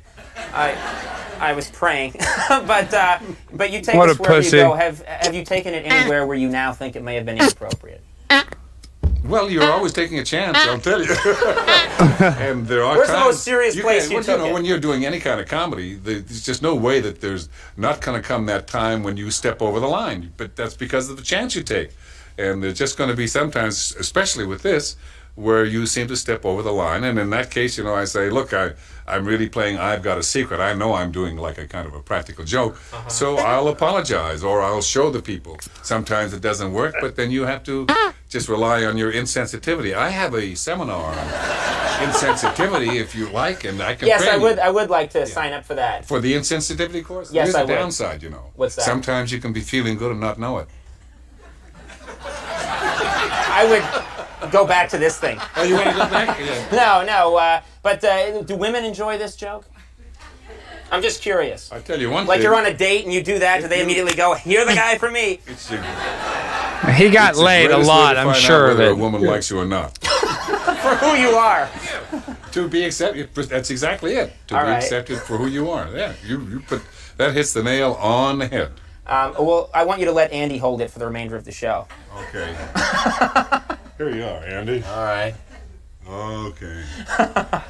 All right. Got it here. Don't squeeze it too hard. All right. All right. And the Naked Gun pictures. You're coming out with another one soon. We're coming Naked Gun 33 and a third, and Naked Gun 33 and a third, the final insult.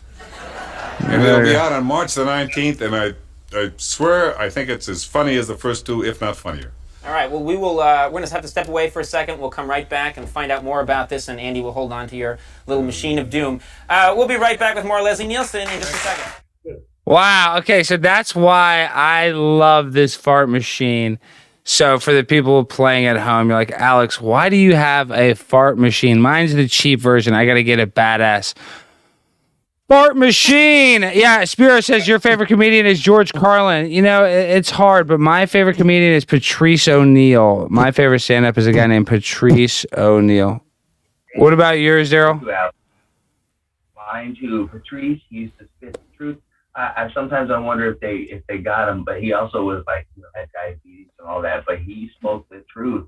And I go back and listen to it, and it's so funny. And those was it Opie and Anthony are making fun of him, and I listen to the 9/11 ones all the time, just because it's funny and he's spitting so much truth. And it's back in the 2000s, and I just go back and listen to him, like, you guys are coming with such irrelevant points. You watch it and you listen to the architects and engineers of 9/11 truth, and you look at the thermite and the insurance and all the evidence.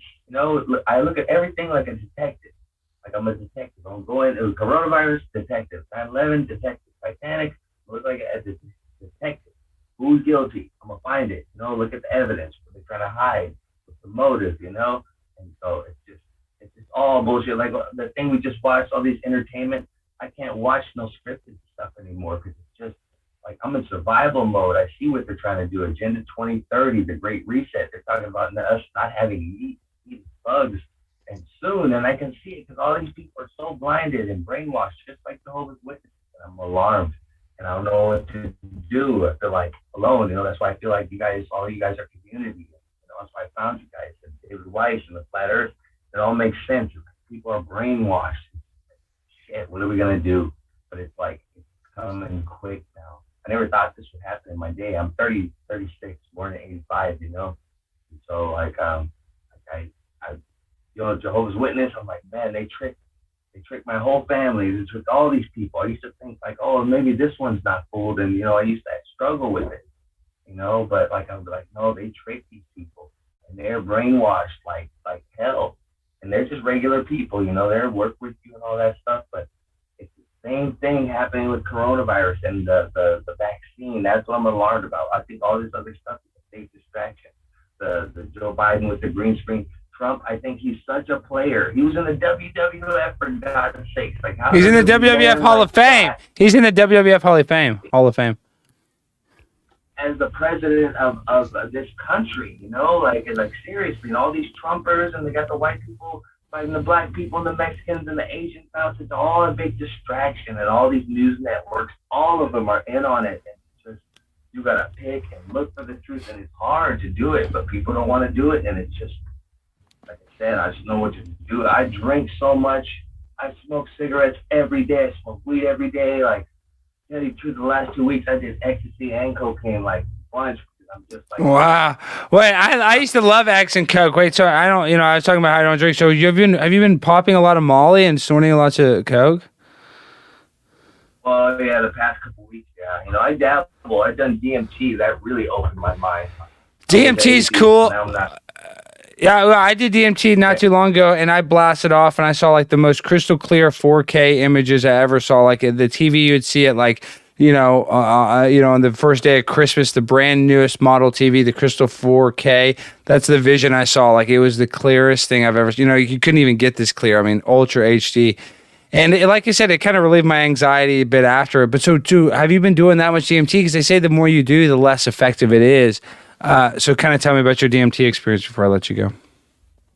Okay, so when I moved to this ranch, actually, there was a guy here who like, and he was like super spiritual guy, and awesome. We made friends, and we started talking about it. I'd never done it before, and I was like 34, 35, and then we were talking about it, and then he gave me some, and I did it here at my house. It's amazing. I saw patterns. I felt good. I went outside and I looked. I saw the trees moving. I heard the horses in the background. It was just amazing. And the second time I did it, like I did a lot more because I thought I was a gangster. I did the first little bit, and then he was with me. And he was like, "Look at the stars," and I saw so many more lights in the sky. I was like, "What the fuck? Is this like another dimension? Am I seeing more things?" So, I went from being a Jehovah's Witness, born and indoctrinated, believing in all that crazy shit, to moving out and being a creationist a little bit and be like, oh no, we have to have a creator. Then I was full atheist with all that Neil deGrasse Tyson shit and Bill Nye, and I thought it was scientific, and then, I like little by little I started expanding and started seeing like all the conspiracies. My dad was big into JFK. He always showed me that when I was little, and then I just started seeing all the similarities and all these white guys popping people for money, and we're just fucking people sheep and marching and shit like that. Nothing ever happens. And then you start seeing these bloodlines and stuff, and you start seeing weird adrenochrome, and I'm like, what? And you start seeing all these pieces together, and I was just like, I'm not a fool, I'm poor, so we were always in the ghetto and stuff, and bad school, so, like, I'm street smart, I'm still a cowboy, but, like, I'm street smart. I know when someone's trying to fool me, when someone's trying to con me, and all these, like, you're trying to vaccinate people for free, and all the black people first. What happened to that boxer? And that I know, Marvelous Hagler and Hank Aaron. Yes. Yeah, we know. It's fucking insane. But tell me this, though. How much DMT and coke you're doing? Because when you do the coke and you do the ecstasy, what happens is it creates such a serotonin response in your head that it causes massive anxiety and depression after it. Like, there's no way a day after using ecstasy you can't feel like shit. So it's like, dude, I would tell you probably, maybe the DMT doesn't have the same hangover, but dude, I don't think there's a drug that has a worse mental hangover more than the ecstasy. Are you taking 5-HTP at least to help your serotonin levels? What I do, like actually the first day I took it, I went and watched a UFC fight with my friends, and I took it, and I went to Sam, like all the way to LA County, took the ecstasy, was drinking, watched the fight, slept, woke up, drove all the way back to Oxnard and cleaned all the horses and fed them, in the morning with my girl. And then I fucking kind of crashed out and had a little bit of coke left. So I did that shit. And then it like kind of lifted me up for the day. I just crashed or whatever. And then like later on during the week, I did more ecstasy, like pop one pill. And like, yeah, I know I'm kind of like, I've been there. I've been there, Daryl. You don't have to beat yourself up. I mean, I don't know if I've been in that same exact position, but I mean, when I was younger in college, I was doing benders like that. We'd take ecstasy and then do coke, and then the whole weekend we'd stay up. From Thursday till Monday, we'd literally basically be staying up, maybe sleep for a few hours, here and there, just crash. So, like, dude, I get it, and I know what that cycle's like, but the problem is your mental health is never ever going to be able to like get any sort. Now, I don't know what your mental health state is now. Maybe your mind's fried, but like you're never going to be able to heal your brain doing that.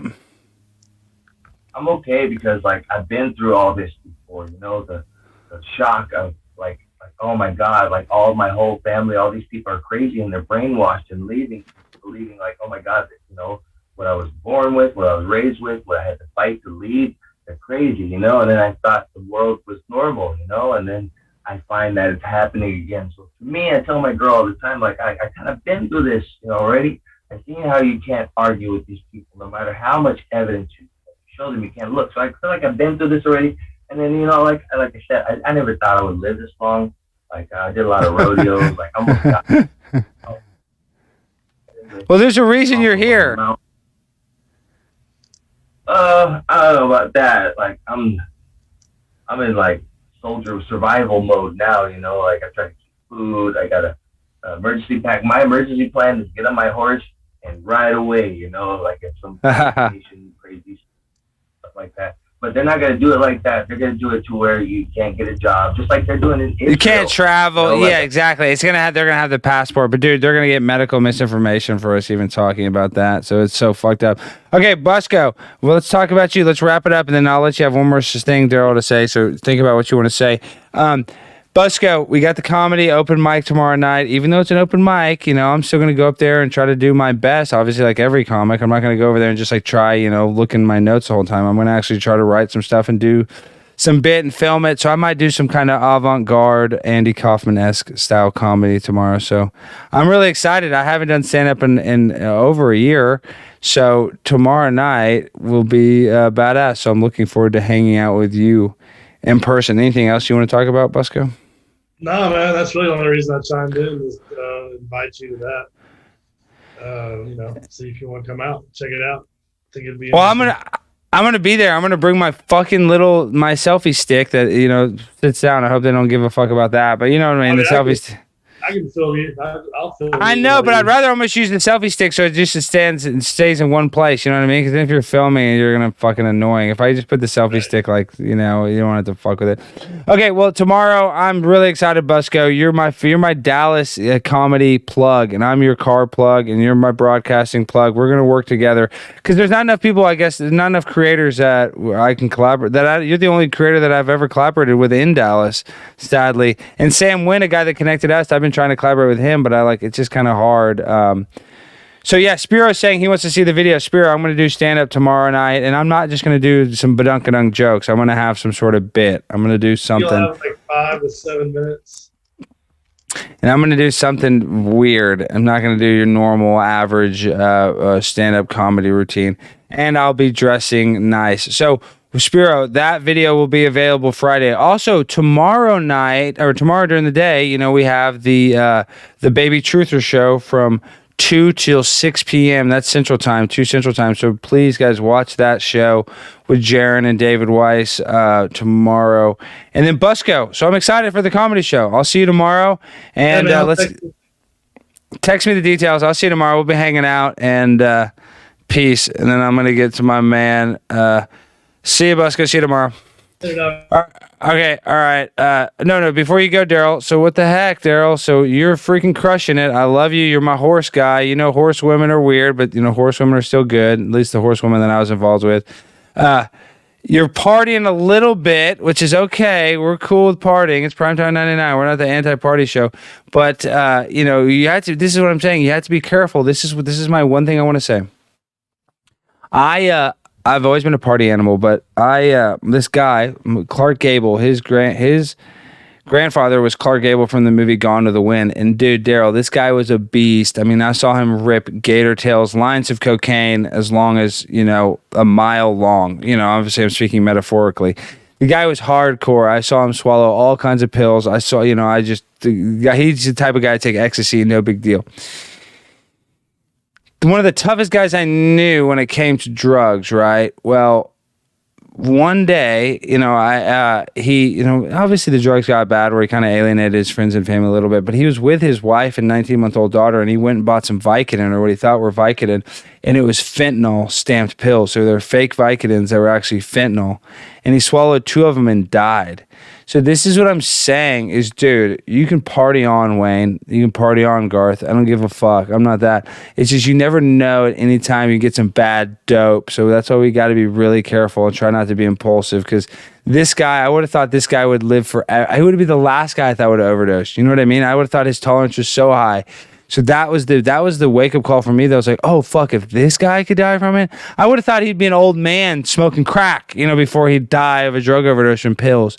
So it's just, even though we all have a tolerance, we all got to be careful. So I'm just saying that as your friend, and I'm not trying to chill your vibe. You're at the fucking horse stables, dude. Go relax. Let your mind and body be free. Whatever you need to get you through your day. But at the same time, there is a happy medium you got to try to find. Yeah, that's true. Yeah, but one thing about Jehovah's Witnesses I didn't mention is when the Armageddon, what they keep that it's coming any minute, they're gonna die. It's like you have to look at their literature, like doom and like meteors coming out and the ground opens, like all these people, and they say they have to bury their bones, and it's like very graphic. they make you think you're gonna die if you're not in that religion, you know. So I had to come to terms. I can remember one time I was a little kid, I was like fifth grade, and I was crying and praying to God because I realized that the Ninja Turtles were gonna die, you know, in Armageddon. I'm like, oh, the Ninja Turtles are good, please don't kill them, God, you know. And then like little things like that, and I had to think that my friends in school are gonna die, like they're not bad, you know. Why is God gonna kill them? If they in their religion, they're all gonna be gone, all the wicked people, which are like, you know, you and me, regular people. So I had to come to terms with death a long time ago. I had to think like maybe I'm not gonna live and all this. And they really had me indoctrinated. That you can deep in your soul, you know, like in your brain, even if you're logical, like I think I am. But you know, like that you can deep in your soul, especially when you're like everyone's in you. So, like I came to terms with death a long time ago. I thought I was gonna die. Like I'm 30, going on 36 at the end of the year.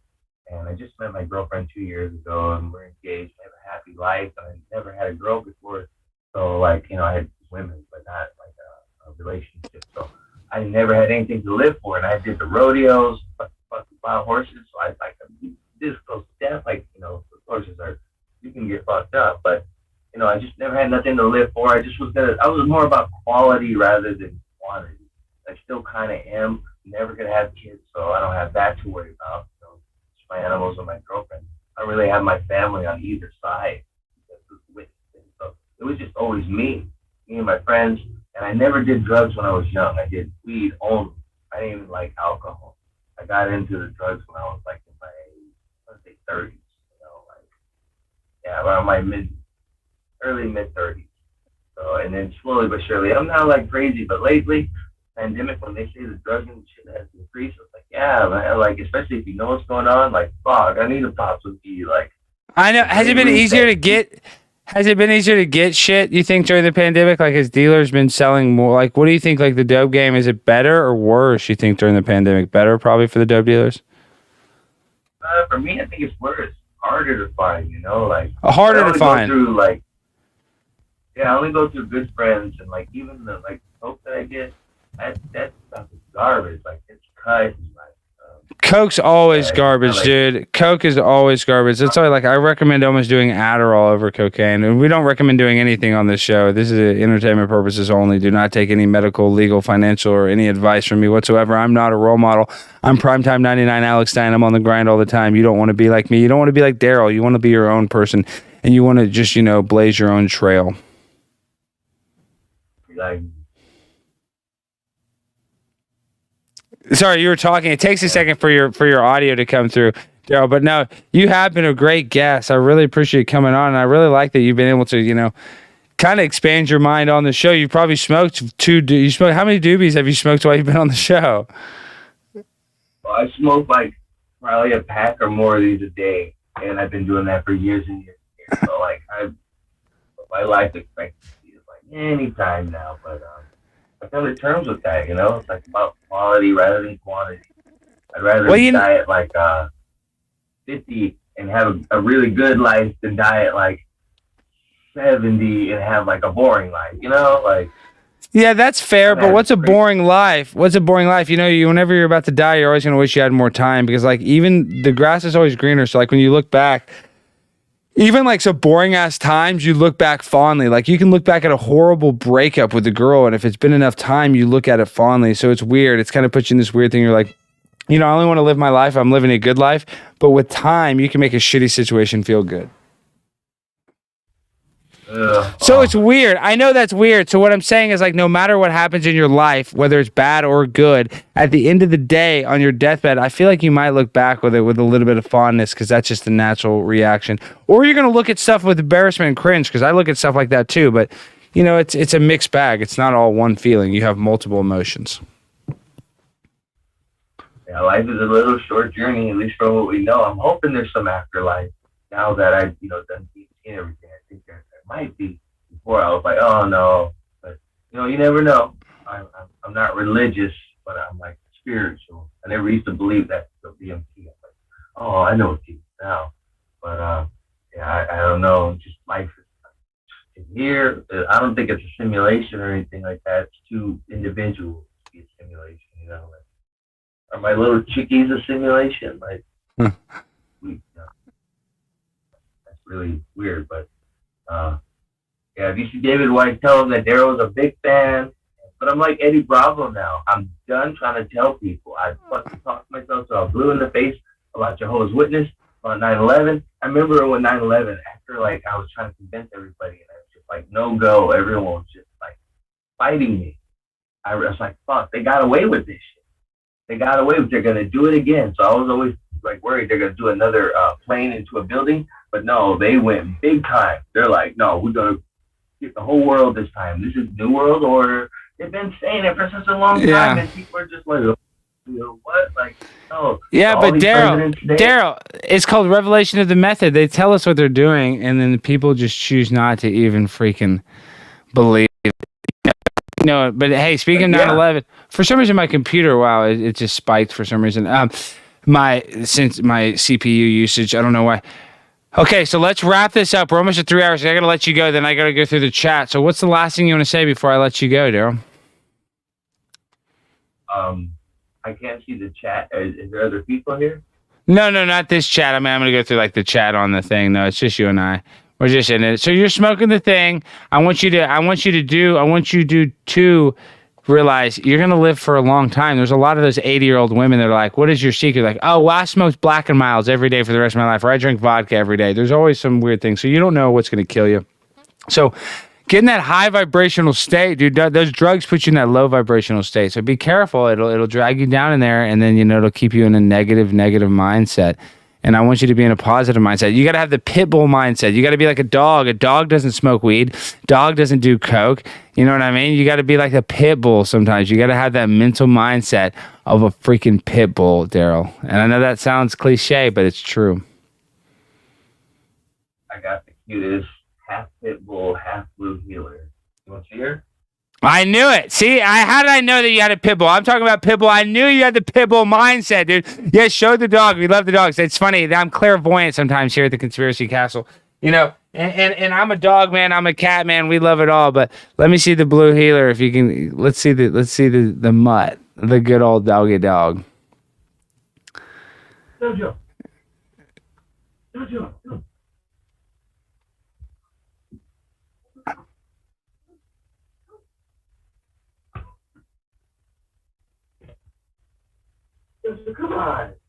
Come on, Jojo. Is he shy? Is the dog being shy? He doesn't want to come. Come on, this is for the people at home. We love dogs. Yeah, dogs get excited around prime time. I get excited around dogs. We are dog lovers here. Look at that blue healer pit bull. Now that is a good dog right there, Daryl. Wow, now that is a good old breed of dog. Gosh darn it, I could love on that dog every day for the rest of my life. How about that? Oh, is that a cat? Yes, dude, cat life, Daryl. Wow, I love this. The pitbull mindset and the feline grind. Yes, Daryl. You're hitting on all cylinders. You are my favorite caller of the night. You beat Busco. Look at that lovin'. Okay, now they're going to give us some strike for sexual exploitation of an animal for all that loving. All right, Daryl, you're the man. Thank you for coming on, brother. Peace. Talk to you later. Call again. Awesome. Daryl's the man. Okay, well, shoot, guys. What a night. What a night. Wild freaking Wednesday, like usual. It's primetime 99. We're on the grind all the time. And come on, man. I guess they got skill, though. What do we do here at the castle? You know we do, bitch. Us, we go full 99 on the grind. We're on the grind all the time. It's primetime 99, Alex Stein. Welcome to the Conspiracy Castle. I'm your conspiracy asshole. And I just want to say, actually, I got to get some freaking, before we kind of play the music out, we got to talk about some housekeeping. Guys, please, if you want to support the Conspiracy Castle, join the Patreon for $1 for the Too Hot for TV patrons only stream March 31st, 2021. It will be an 8-hour stream starting at 4 p.m. going to midnight. We're going to have all kinds of special guests. We're going to talk about all the things that are not allowed to be talked about on this platform. So if you guys want to get the straight dope from the straight source for the primetime 99 span on the grind all the time, I need you to join up at that Patreon for $1. It's patreon.com/conspiracycastle. Yes, Brian, thank you. Please tell people to sign up. As well, please consider on Apple Podcasts, look up Conspiracy Castle. We just got in there. There's 6 new episodes, audio-only episodes. Please go in there and give us a 5-star rating on the Conspiracy Castle Apple Podcast or Google Podcast or Spotify. Because now the Conspiracy Castle is trying to get diversified, my guy. We're trying to blow this thing up. We're trying to get big. We're trying to blow this thing up like the World Trade Center. So, that's another thing we got to talk about. We have a debate this Saturday. I believe that is what is Saturday? Saturday is the 21st. Saturday is the 20th, excuse me. 3/20/21, the 20th, this Saturday. At 8 p.m. Eastern Time, I will be debating whether 9/11 was an inside job. So I need you guys all there. I'll be, Skiro, 8 hours, a tall order. Yes, will my buds last? So I'm going to have multiple buds, Spiro. I'm going to have multiple earbuds. So it's going to be a pain in the butt. Will you guys be able to make it? For $1, you guys will have access to the 8-hour stream. So it's going to be buck wild. You guys all need to go follow Spiro. Spiro's a badass truther that, I have a lot of respect for, that did the room raid. Was an epic experience. Is that experience going to be as epic as the patrons only stream? I don't think so. The patron only stream, I'm going to be talking about things that are literally not allowed to be talked about on YouTube. And you can guess what it is, but it's just going to be dark and dirty, and it's going to be X-rated. And if you're not emotionally ready for it, you probably don't want to watch it. You probably don't want to come in that room emotionally fragile, because if you come in there emotional fragile, if you come in there soft, it's not a place to get hardened, because you might not make it out alive. You're going to be really emotionally affected, and that's what it does. Is this show, the show that I'm going to put on, the 8-hour show, the stuff we're going to talk about will emotionally disturb people that are not emotionally ready to hear it. That's all I got to say. And it's not meant to be scary. It's going to be funny. We're going to have a ball. We're going to laugh. We're going to cry. We're going to dance. We're going to do the whole dang thing. But I need your help. I need your support. The Conspiracy Castle cannot grow without you guys. So please get your mind right. We're going to be filming some comedy tomorrow night with Busco. We're going to do a whole conspiracy bit. I'm going to go crazy. So that'll be interesting. Then we got the Baby Truther show tomorrow afternoon. On top of that, Saturday, the 9/11 inside job debate on Modern Day Debate. So we got a lot of content coming up. I can't tell you how much I appreciate it if you support me by hitting the like button, sharing this, following me on Twitter, following me on Instagram, whatever. You don't have to follow me. I don't care. But if you guys want to know the truth, you got to download. You got to follow all 17 accounts. Then you have to make 3 accounts. You got to follow me from 33 accounts. So if you don't know how to do that, you got to follow all 17 accounts. And when you follow all 17 accounts, you're going to get 2 extra accounts. Those are the secret accounts. Obviously, this is all fake. I don't have that many accounts. Maybe I do. I don't know. You don't have to follow me. I'm joking about how many accounts you need to follow. What I do actually care about is you just watching the show. You don't have to do anything extra or more than that. But anything that you do extra than just watching the show is greatly appreciated and helps this channel grow and get bigger and makes the Conspiracy Castle bigger, badder, and stronger. Because we need some tower defense, and the tower defense is not free. So I need you guys. I need y'all's help. So, if you guys want to reach out in your pocketbook, pay $1 for the patrons. That's awesome. If not, no big deal. But what we're going to do here at the Conspiracy Cast, no matter what, we're going to shake that ass. Let's get this shit cracking. Now which one of y'all hoes ready to clown with a nigga from the D-town? I put it Dallas, like Texas, baby. What I'm giving them, game that's infinite. Never forget me, bitch. Whether I'm rich or a pissy poor, whether I love all ladies, You got Sweatpants Live, guys. This is how we dance. We're on the grind all the time. The illusion is real. Everything you see is a lie. And here at the Conspiracy Castle, I will help you decipher the lies. Because we get naughty and freaky deaky on the mic every single night. So if you want to help out a player, if you want to help out a pimp on a blimp eating shrimp, go join the Patreon for $1. If not, you don't have to. I don't give a dang. I'm going to eat anyway because I'm Primetime 99 Alex Stein. My food that I put on the table is not affected by you. Can you put better food on the table for me? Yes, but I'm going to eat anyway because I'm a dog. Because I got that pit bull mentality. I'm Primetime 99 Alex Stein. I'm on the grind all the time. Winners never quit and quitters never win. You can't mess with the Primetime 99. You can't kill this mindset. This is the Pitbull mindset. 1 speed, full speed for all the players out there that are taking notes. Remember, I'm Primetime 99. If you want to be like me, you got to get like me. If you want to talk the talk, you gotta walk the walk. Last thing to say is, yeah, the music's loud. I'm talking the music out. I just want to say I love each and every one of y'all. Join the Patreon. Let's go, baby. Primetime 99, Alex Stein on the grind all the time. I love y'all. Join the Patreon. If not, who gives a shit? Hit the like button. I love y'all. To shake your ass to, to make that cash. What I'm giving them to shake your ass to make that cash to shake your ass to make that cash Ooh, I love y'all. Peace. You look 30 cause you're living too fast. You really need to slow it down, girl. I know you in and out of town, girl. Detroit there. You really looking like a clown, girl. You ain't down, girl. You gon' fall, girl. Fucking call, girl. I'ma call you a bitch and a hoe to the third power. Now hit the shower.